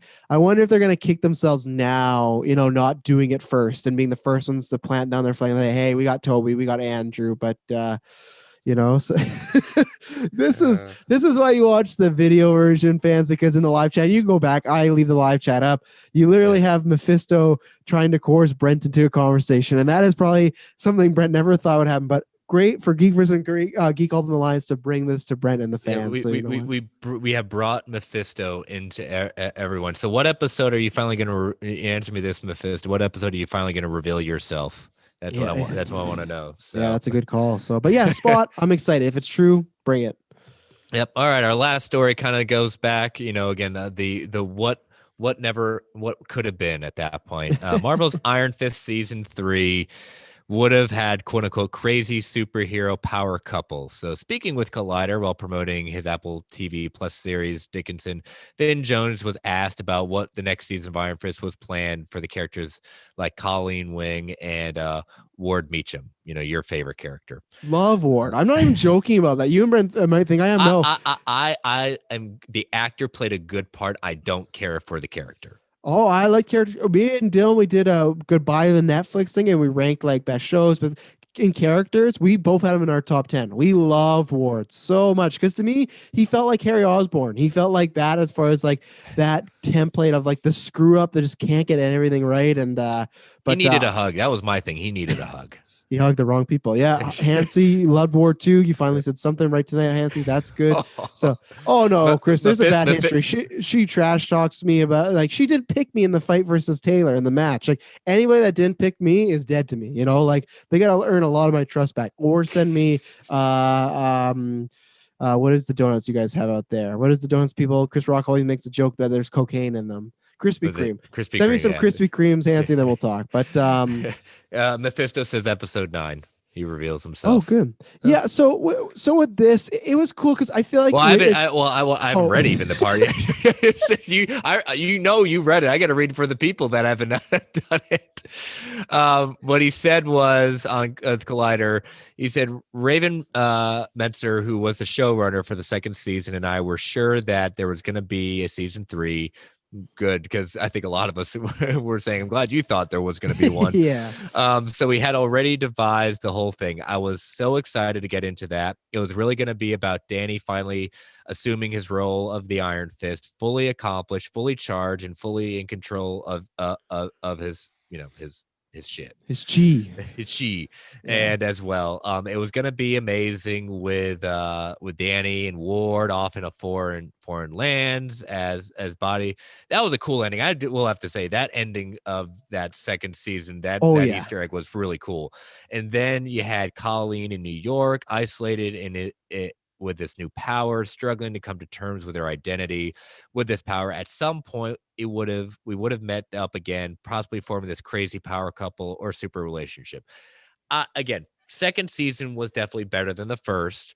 I think Ward's character was a little less annoying at that point, but still had lots of issues, in my opinion. But the way they left the end of that season was just like, okay, I gotta see this just to see where this pans out. And so, yeah, I would have definitely would have watched the season 3. Well, what sucks is other than Jessica Jones, which just kind of ended with she's going to be Jessica Jones, Daredevil ends with Bullseye's becoming fully Bullseye. Luke Cage, which I did not really enjoy season 2 that much. I thought was a major step down, but it ending with him being the crime boss, him having to run Harlem from the inside was like, this is going to be fascinating to see. He's almost doing the like Patches Malone, Bruce Wayne thing of like, is he like how, and like, will he go too deep? And then this thing too, the second both his hands lit up at the end, every comic book fan, especially myself, who was, I won't say like the biggest fan of Iron Fist, but like consider him to be one of my more favorite Marvel characters when I was a child, just a look. And I love like the Immortal Iron Fist run, which was great. Like him going to the tournament. Like I was a big fan of Iron Fist leading up to it. And when I say not a big fan, I mean, like I couldn't tell you everything about him as far as there's certain other characters like, oh, I know this. Iron Fist, I just really enjoy the character and I really enjoyed the dynamic with Luke Cage. So when we saw those hands, I was like, oh, I know what this is really cool. And we kind of got that feeling of like, okay, there's going to be 2 stories of season 3 of like like you laid out, Colleen Wing in New York trying to kick ass, and them in the eastern type of islands trying to figure out stuff. And I thought that was going to be great. I was so looking forward to a buddy cop of Ward and him just exploring and everything. Like, oh yeah, I love Ward. I was looking so forward to it. But again, his character got better. But oh no, it was the best. It started the best, and then it just got better. I think that was more a surprise. I was actually looking forward to, but again, not seeing a third season of Luke Cage was also a bigger disappointment at the time for me.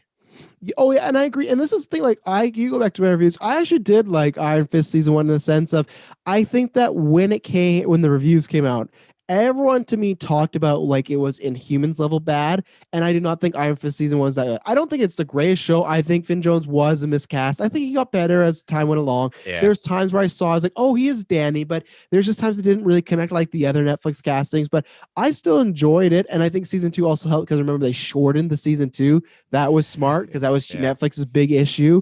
But yeah, I would have loved to see it in season 3, but I'm not heartbroken over. I think what I would have wanted is all Daredevil, Luke Cage, Iron Fist all to get one more season to close off the show, kind of like the way Hannibal did, where they knew that, hey, we want to do more, but this might be it for us. Let's do a finale ending where if we never go again, this could be it. And Hannibal did get that. These other shows ended all in cliffhangers. And Brent brought up that he was just hoping to see Kingpin and Luke Cage or see Daredevil get brought into Luke Cage to take down the new King of Harlan.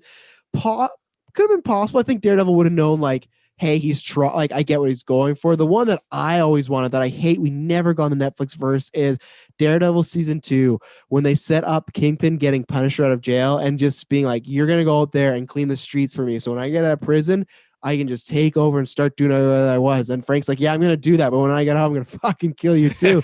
Exactly. And I hate that we never got more of that. I was hoping season 2 of Punisher was going to be him and Kingpin, because D'Onofrio and him in those prison scenes had such great chemistry together. And that to me is what I've got to go back and just watch that season again, but there's so many other things I got to catch up on. But that's on my list. But that's one of the biggest, like, if we're talking about missed opportunities at Netflix, that's one of not more Frank Castle with John Bernthal and Vince D'Onofrio's Daredevil or Kingpin. That was just would have been perfect. But hey, Netflix probably had a lot of great things, a lot of meh things. I wish I got another season, but oh well, we are happy with what we got. Like, it was good enough, but I think one day we'll get it better. Yeah, it'll be back. I don't think we've seen the last of Iron Fist and Danny Rand. Brent, forget the rest and go back and watch Daredevil. There's some high points there. I really like Luke Cage season 1. I think Jessica Jones season 1 is as good as like Daredevil at times. And I actually really like Defenders too. Like, I think people got overhyped and it was like, it didn't end up being what they wanted to be, but I thought those characters all well when I was like, oh my god, they're trying to do Shadowlands, they got to do it better than the comic. And that was tough, but hey, Marvel, Netflix, they're always there to go back and watch. So forget that. Yeah, well, he's referring to me. Forget the rest. Like, I've got to go back, and he's basically forget my backlog. Go back and rewatch. Okay, I thought he just like took a crap on everybody else in the. That's fair at that point, Yeah. Well, that's all. That's the end of the news. Again, light week, so we'll take it. Yeah, of course, light week, and I only have one more segment left, so we're gonna take our last ad break. Yeah, we only have one more because Travis forgot the one thing he's got to do for this show. Oh, yeah, I do multiple things. I set the stream. I make the thumbnail. Oh no, I know. I was just saying, like, that was to me a full on. I've been at home with the kids all day, so when with the kids, Fair. You know what it's like. They're running around. I got a 1.5-year-old and a 3.5-year-old. They're getting nuts. So no, I promise you next week. If I do not next week read them both, I will the previous week have damage written on my head for entire Marvel cast. You know what he's going to do? He's going to prove a point. He's going to read all 3 issues and he's going to say, "See, I owe you that." So exactly. So. All right, last ad break. Actually, 2 issues, so that 3rd issue is like a mystery, and you didn't know it existed. So technically, I was gonna say, am I wrong again? Is there 3? But no, it's wishful thinking. Okay, so ladies and gentlemen, we're gonna take our last ad break, and then we're gonna do some fact or fiction. We'll be right back. Okay, we're back. We do have one while you're pulling out the fact or fictions. I got one. We got one from Brent from our chat. He wanted to put out. Yeah, do that because I got to pull up the results, so that would be perfect. Yep. So Brent asked us if Pietro is really Mephisto, we will see Evan Peters in the MCU again after WandaVision. That's tough because I've had that conversation a few times. I think kind of with you guys, but on Geek First, we've been doing that too. As far as like, if you're gonna do Quicksilver again, the MCU, and it is like a Gamora situation where it's like this is a new Quicksilver, right? So you're not recasting Aaron Taylor Johnson. Why wouldn't you do Evan Peters? Like, he's a young guy, he's a great actor. Don't let him get scooped up. Like, to me, he's the type of guy you want in your franchise some way, and maybe that's why he's Mephisto. Yeah. Oh, that's tough because I could easily see Multiverse of Madness, her meeting like the real nice, like this is your brother in a different universe, Evan Peters. So the fact or fiction is, if he's not playing Mephisto, we'll see him again. If Pietro really is Mephisto. See, my thing is though, if Pietro is really Mephisto, I think Evan Peters still plays Mephisto. I don't think he does a thing where he switches and it's like, oh, new. It's not like, oh, look, it's Brad Pitt as Mephisto. I don't think it's that because that would be a sexy devil. But like, if it is him, I think he turns and he's red. He is the design. He is the cloth. So then I would say fiction because I think if he is Mephisto, it will be Evan Peters still playing that, in my opinion. Unless there's a big swap up like it is Dottie or it is Agnes. But I still think Evan Peters is a guy that, okay, they want a big villain, a big actor, bigger as far as like good talent. Evan Peters is a good way to go. So I'll say fiction. Yeah. I'll say fact. I say we do see him because my theory was kind of what you said out there that they could just do a bait and switch. We're using the image, but the introduction of the image of Pietro in this new MCU is Evan Peters, and Mephisto used it as an image, and he's really not Mephisto. There is because I've seen other shows kind of do that, like just use a character and then say, okay, you're gonna meet the real one. So. Okay, and then last week was your turn. We did fact or fiction. We will see at least two members of what would become the Fantastic Four introduced in a property before their own movie. 92% fact. So I think I did say fact because you did when you clarified like they didn't have to appear at the same time. I thought, okay, we could maybe see Sue at one point, Reed. I think it's possible, especially with. Hold on, we've got a clarification. Brent was saying Evan Peters as Mephisto post Wandavision. So, like we will see him as Mephisto again, pretty much. We're gonna have to wait for Brent to respond to that. Brent, let us know in the chat. If it is, he is revealed as Mephisto, and we will see him again after WandaVision. Then I would be a fact because I think he will be the character he'll be the actor playing the character. I think in that sense, and the brother thing is just like that explains why he looks different, right? Because like, oh, he was quite like secretly the devil or whatever their version of the devil, stuff like that. So. I would say fact of that, and then we'll get back to it when Brent clarifies there. Yep. But because that'll definitely change mine to it'll be a fact. I know I said fact, but if that's the reference point, then that's fact. Which a big shout out to everybody in live chat. This has been one of our funnest shows as far as just like, we had Mephisto, the own devil pop in there, but a good time in there. Fact or fiction, Justin Hammer will be making his triumphant return as the main villain of Armor Wars. 77% fact and 23% fiction. So a lot of people agreeing with you there. I went the other route of saying fiction because I thought, he'll probably appear in Thunderbolts. I'm still holding out on that. But you know what?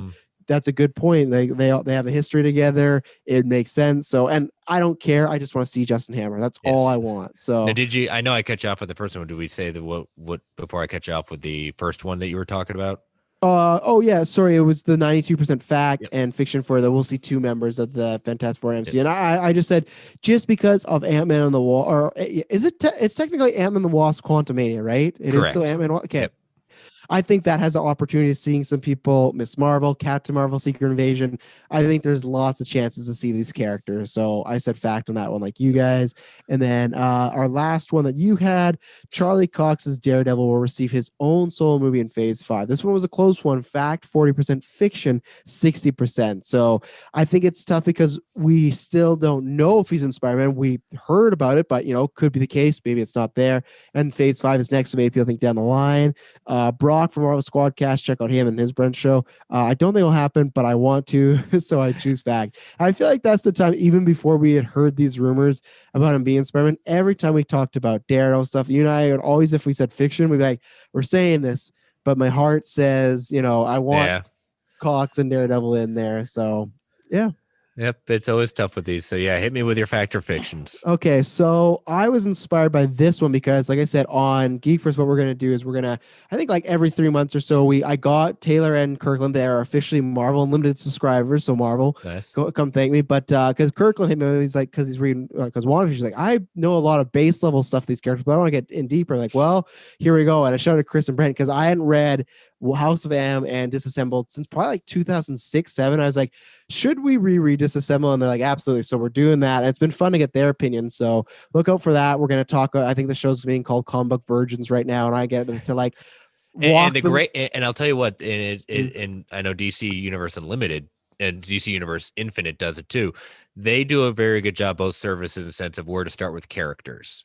Oh, yeah. Yes. So Like that's also they a were great really point. impressed with like the reading list section, like how much there's like their first appearance, this and that, like events, everything like that. Look And at the yes, chat. Summer Hansy, I want Cox and Daredevil in there. That's what she said. Thanks very much for being Steve Carell from The Office. So they're reading that right now, and I had read this, and we had talked about this before, but I don't think I had ever done a fact or fiction on it. So I'm just gonna throw it Okay. out right now. There will be a future film titled New Avengers, fact or fiction. Because There'll obviously be in Disassembled, they break down and then you get the New Avengers. So we've talked about this before. Will there be a film titled that? Yeah, I think we've definitely talked about it. I could definitely see that being a title because I kind of refer to looking at video games at that point. You don't see many video games outside of maybe like a Final Fantasy or some like maybe I think Yakuza is another one that go past like okay, Call of Duty. It stopped numbering after a while. Like Yeah. you don't want to alienate like some newcomers coming back into like being introduced into this. So Avengers didn't do that, but like so that's why you have to be careful with the numbers. So Yeah. I definitely think that is a very strong possibility. So I'll go with fact. Well, other than Iron Man, they all dropped those, right? Like you look at Yeah. Thor, Cap, and all of them. They were smart to do that. So I will. I've been harping this ever since Phase 4, and I'll stick to it till I'm proven wrong. And that might be with Young Avengers, but I'm still gonna say fiction, just because I still sometimes worry if you see the word Young Avengers, New Avengers, Dark Avengers, if for the mainstream that comes off as too gimmicky. If it's like New Coca-Cola, stuff like that, and then I go, Well, like we'll see what DC can do. They're doing Justice League Dark on HBO Max. yeah, I still wonder if it's gonna be called that, to be honest. I could see it not even being called that just because the Justice League title. We'll see. But I just think if you throw the word new on there, some people might go, that's not the Avengers, though. That's the New Avengers. Where at least I could see the tag. It's true though. I could see enough people being thinking like, oh, it's a step down. It's but if you just go Avengers title, it's like, okay, this is just the Avengers. Who's on the team now? I could see the word new being used in taglines or marketing, but for the actual title, I don't think it will be. So I'll still go fiction on that, but I'm gonna be right or wrong very soon because I feel like we're gonna get an announcement. Wait a minute, you're gonna be right or wrong? Very soon. Newsflash. No, I said What? yeah, but I said very soon. Just as a fact that I feel like next year the Disney earnings call we could get that, and we're doing Champions or Young Avengers. The second if they say Young Avengers, then I say okay, I'm wrong because they'll go with the New Avengers and they'll do that. But I think to your point of an investors call, I think at some point they're going to have to bring up the idea of when we're going to see the next Avengers movie. Yeah, I think at some point, I think they can get away with it with one phase of it as they're doing it without saying anything about it. But I think at some point, Marvel is going to have to say when is the new Avengers movie going to be coming. Well, Kevin Feige, that coy guy, keeps doing the thing too. Where like, I don't know when Phase 4 ends, so it's just I don't like, know when mutants are coming. yeah. So I agree with you. We could even get it as soon. Well, here's the thing: if we start getting these movies coming out, I think we could get it next year. Yeah, but let's say we do get the horrible, hey, black, like we delay everything till next year again, then we won't hear about it soon. So that's a tough thing. Like, yeah. I think in regular world we would be starting to hear about it, the rumblings of it, but let's see. We don't talk about it on news because it comes all the time, but there's these rumors like, oh, they got 3 or 4 weeks to the side and stuff like that. I hope that we just get some sort of decision, and I hope that, as always, I hope I'm watching WandaVision in May. I hope I can watch WandaVision in May. I hope I'm watching Black Widow in May one way or another. Might not be the case, but I'm hoping we get something soon. So yeah. This one just randomly popped in my head. I don't know why. I think maybe it's talking about people being recast and whatnot, but I chose this because we got She-Hulk on the horizon. We got Bruce Banner, played by Mark Ruffalo, coming back. We got Thunderbolt Ross, and then we also have Tim Roth coming back. My fact or fiction is, will Liv Tyler make an appearance in She-Hulk?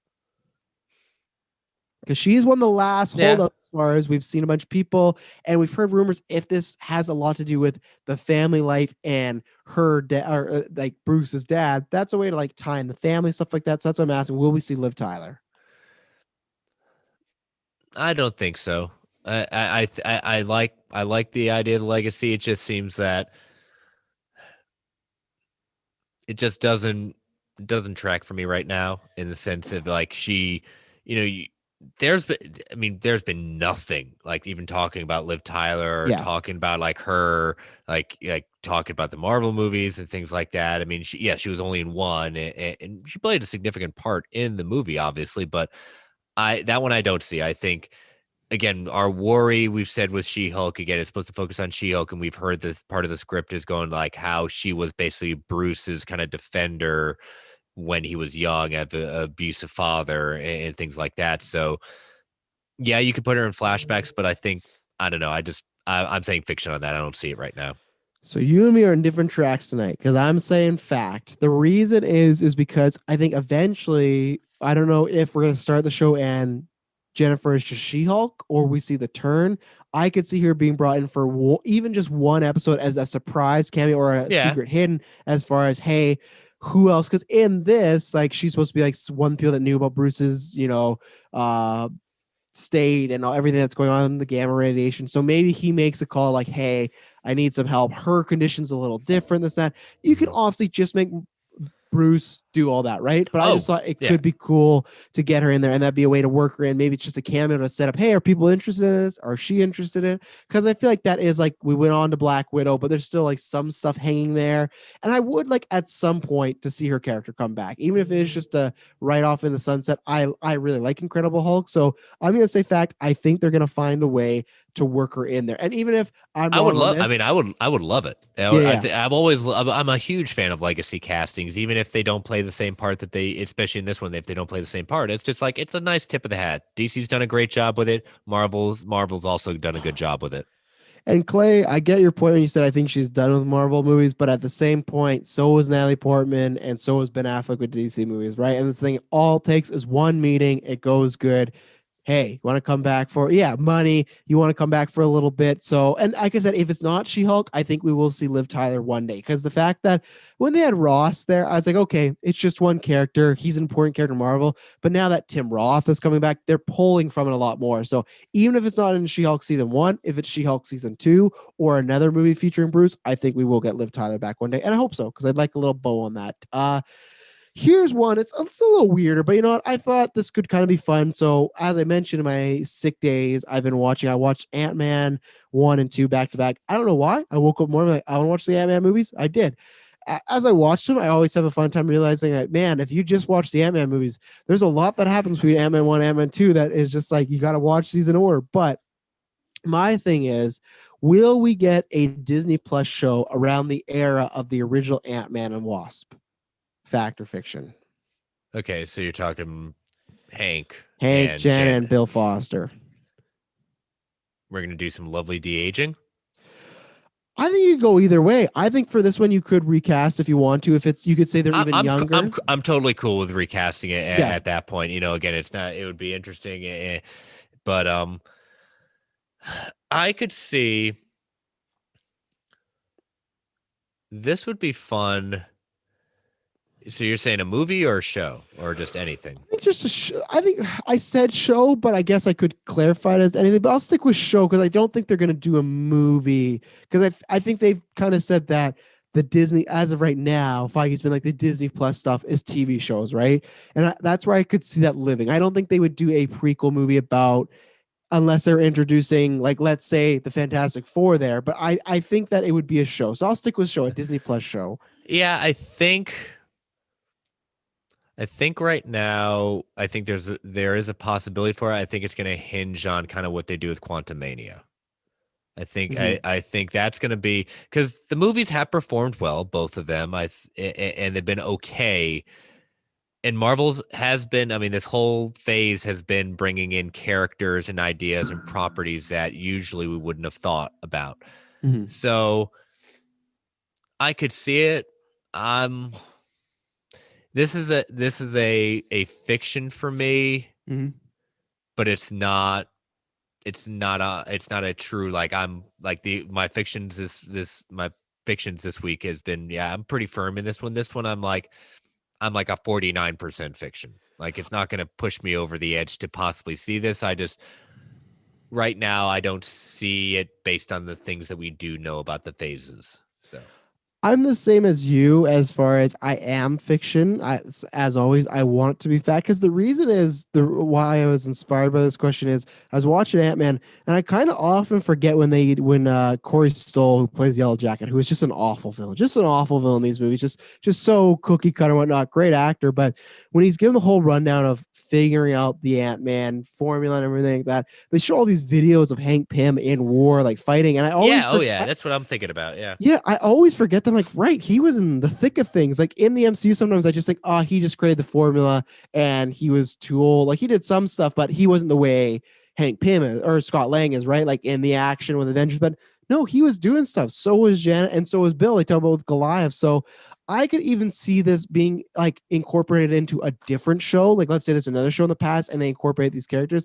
I just think there's a lot of potential with these three characters to explore a lot of stuff. Like, I feel like out of all the MCU movies, there's so many times where they allude to something and then another movie or a sequel to a movie, they really explain or go into it. They don't really in this era. Like, if you think about all the stuff, like they hint at Captain Marvel, we get a whole movie. There's this whole lineage of superheroes being in wars and in the 60s, but we don't really talk about. Same thing as Endgame. We just see Michael Douglas making the formula. And I just feel like it's a really untouched place. So I'll say fiction, but I want this to happen. And I think a recast would be best. I want to see this era of Marvel and see what they're up to, what they're doing. Well, you could just basically kind of make an anthology series based on past, like, things we don't talk about. It's not enough for either a whole series in the sense of based around a couple of characters, but you can basically make an idea of like an episode focused on, in this case, Hank and Janet in their history, and kind of do little vignettes within it, make it an hour-long show. And that'd be awesome. And just looking at past things, storylines that, yeah, it's a good story, but not good enough to ever be adapted in a sense of a full-length series or show. So we could do something like that. Brent brings up that I don't like prequels, and it is true. I don't. I guess it's just the fact he that breaks this rule. Got listeners, he does break this rule occasionally. I do break it, and I guess maybe what Chris's pitching goes against that. I guess the TV show kind of makes me like that, but I guess it's just an era I'm interested in, and because I don't think there's going to be. Here's the other thing. I don't think we know. Oh, then I'm shooting myself in the foot because I say, oh, there's still so much we don't know about Hank and Janet. But then I go, oh, that's what happens in prequels. We learn why Han Solo's name was like, oh, Han Solo. So you're completely right. And this is a time where, like Chris said, I'm going against the grain. I guess it's just an era that does excite me. And maybe it's just because my kind of nostalgia of Hank Pym was my Ant-Man for a long time. And I'd like to see more of that. I think that's in the realm. And you're right. There's a potential where they go, oh, okay, like they do some stuff, but I think it's enough of characters we don't know enough that I'd be like, okay, I'd be down for this prequel. But your anthology show idea sounds great. I wish they didn't use the name Marvel Legends, because that would have been a perfect title for that type of show, is Legends in the Marvel Universe, stuff. Like you get like an episode about like Yondu and the original Ravagers like doing stuff together and everything like that. But you got me, Brent. You got me. Yep. So. And Mephisto's back, everyone. He took a break. Oh yeah, he is back. I'm interested in prequels if I'm interested in the time period. That's the point of them.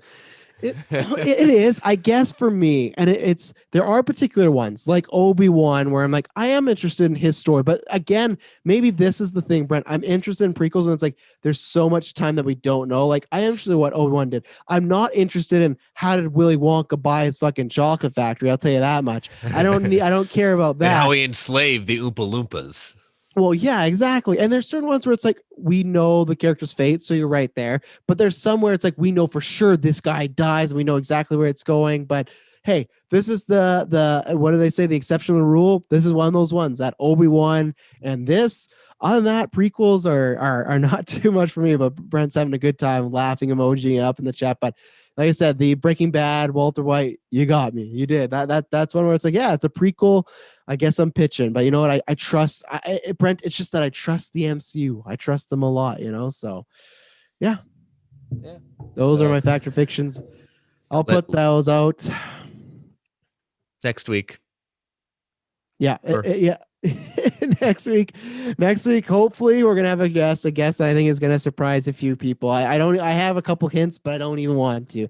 If this guest works out, I will hint the day of. We will say watch our social media, because if this guest does work out next week, there's a chance we might not be doing Tuesday, so we might be doing a Monday or something like that. We might be switching with DC, so we're gonna find out just to kind of go with this person's schedule. But it should be a fun one. But yes, next week I will read them both, and I apologize again. My sick brain got the better of me. The comic book corner people, they're holding on. They wanted to hear our opinions, but yeah, we'll so officially, listeners, we will wrap up Vision next week. So read 12, and we'll do 11 and 12 at the same time. So it'll be a little more extended comic book corner. Yeah, there you go. So, well, this was definitely, I think if people want to talk about an episode where we had the giggles or a bunch of stuff, that was the one. This was one where we had a good time, which was good. It was lighter on news, but people in the chat had a good time, and people had well, Brent, we'll talk to you about that off air. Yeah. I'm obligated. Brent sometimes gets some scoops that other people don't. But yeah, no, thank everyone in the chat, and thank you, Chris. This was a fun one. There's light news, but sometimes those are the best episodes because we talked about Foo Fighters. A lot of squirrels. Oh yeah. The SDS people are really gonna appreciate this episode, but I had a really good time, so I'm excited next week to talk. Yeah, definitely. Thank you. This was definitely our liveliest chat we've had in a while, and a lot of newcomers. So I hope that, including you, Mephisto, I hope you do return. whoever you really are at that point. Unlike Brent, if he's ever guest hosting a show, he might block you from the chat. If he sees Mephisto in there, he's gonna kick you. So, but yeah, I appreciate everyone joining the chat. That was a lot of fun tonight. So thank you for making a slower news week very entertaining. Mm-hmm. All right, so so number 36 in the bag at that point. So why don't you tell people how they can follow you, Travis? You can follow me at Travis B. Snail, as usual. Geek First, we're reviewing a bunch of stuff. We just did a Willy's Wonderland watch along with Nick Cage, so that was a good time.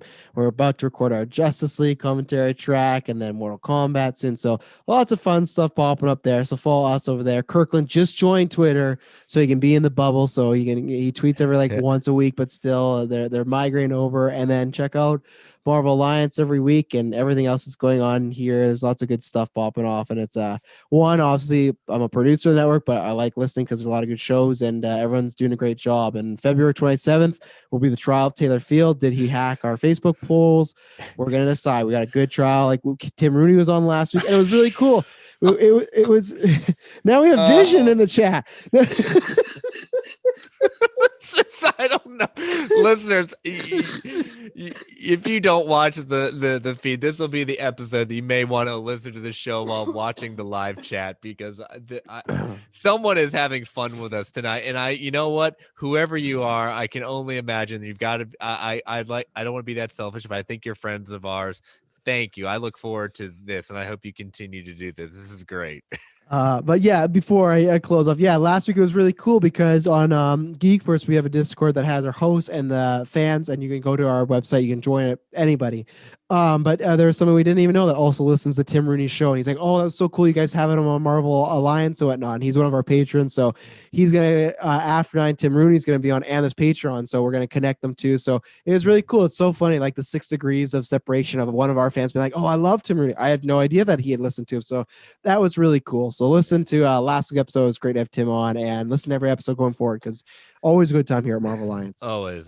So, but yeah, you can follow the podcast on Twitter at Marvel A Podcast. Me personally at Chris Balga. You can email the show at Marvel Alliance podcast at gmail.com. You can you can follow the Geek Ultimate Alliance Network on Twitter at GUA Pod Network. Feel free to tweet or email if you want to provide feedback, ask questions, fact or fictions, guest, and maybe this will be the fun one. Who is Vision? Who is Mephisto in our live chat at that point? We can have some fun with that, and continue to rate and review the podcast on Apple Podcasts and whichever platform you're listening to. Again, thank you. Thank you as always, Travis. Thank you, listeners. Thank you, those of you joining us live chat, especially you, Mephisto and Vision. Even if you joined a little late, Vision, we're glad to have you. And whenever you're listening to this, hope you're staying safe out there, everyone. Watch out for the devil. You don't want to talk to that devil on your shoulders. And as Anime would say, Excelsior, true believers.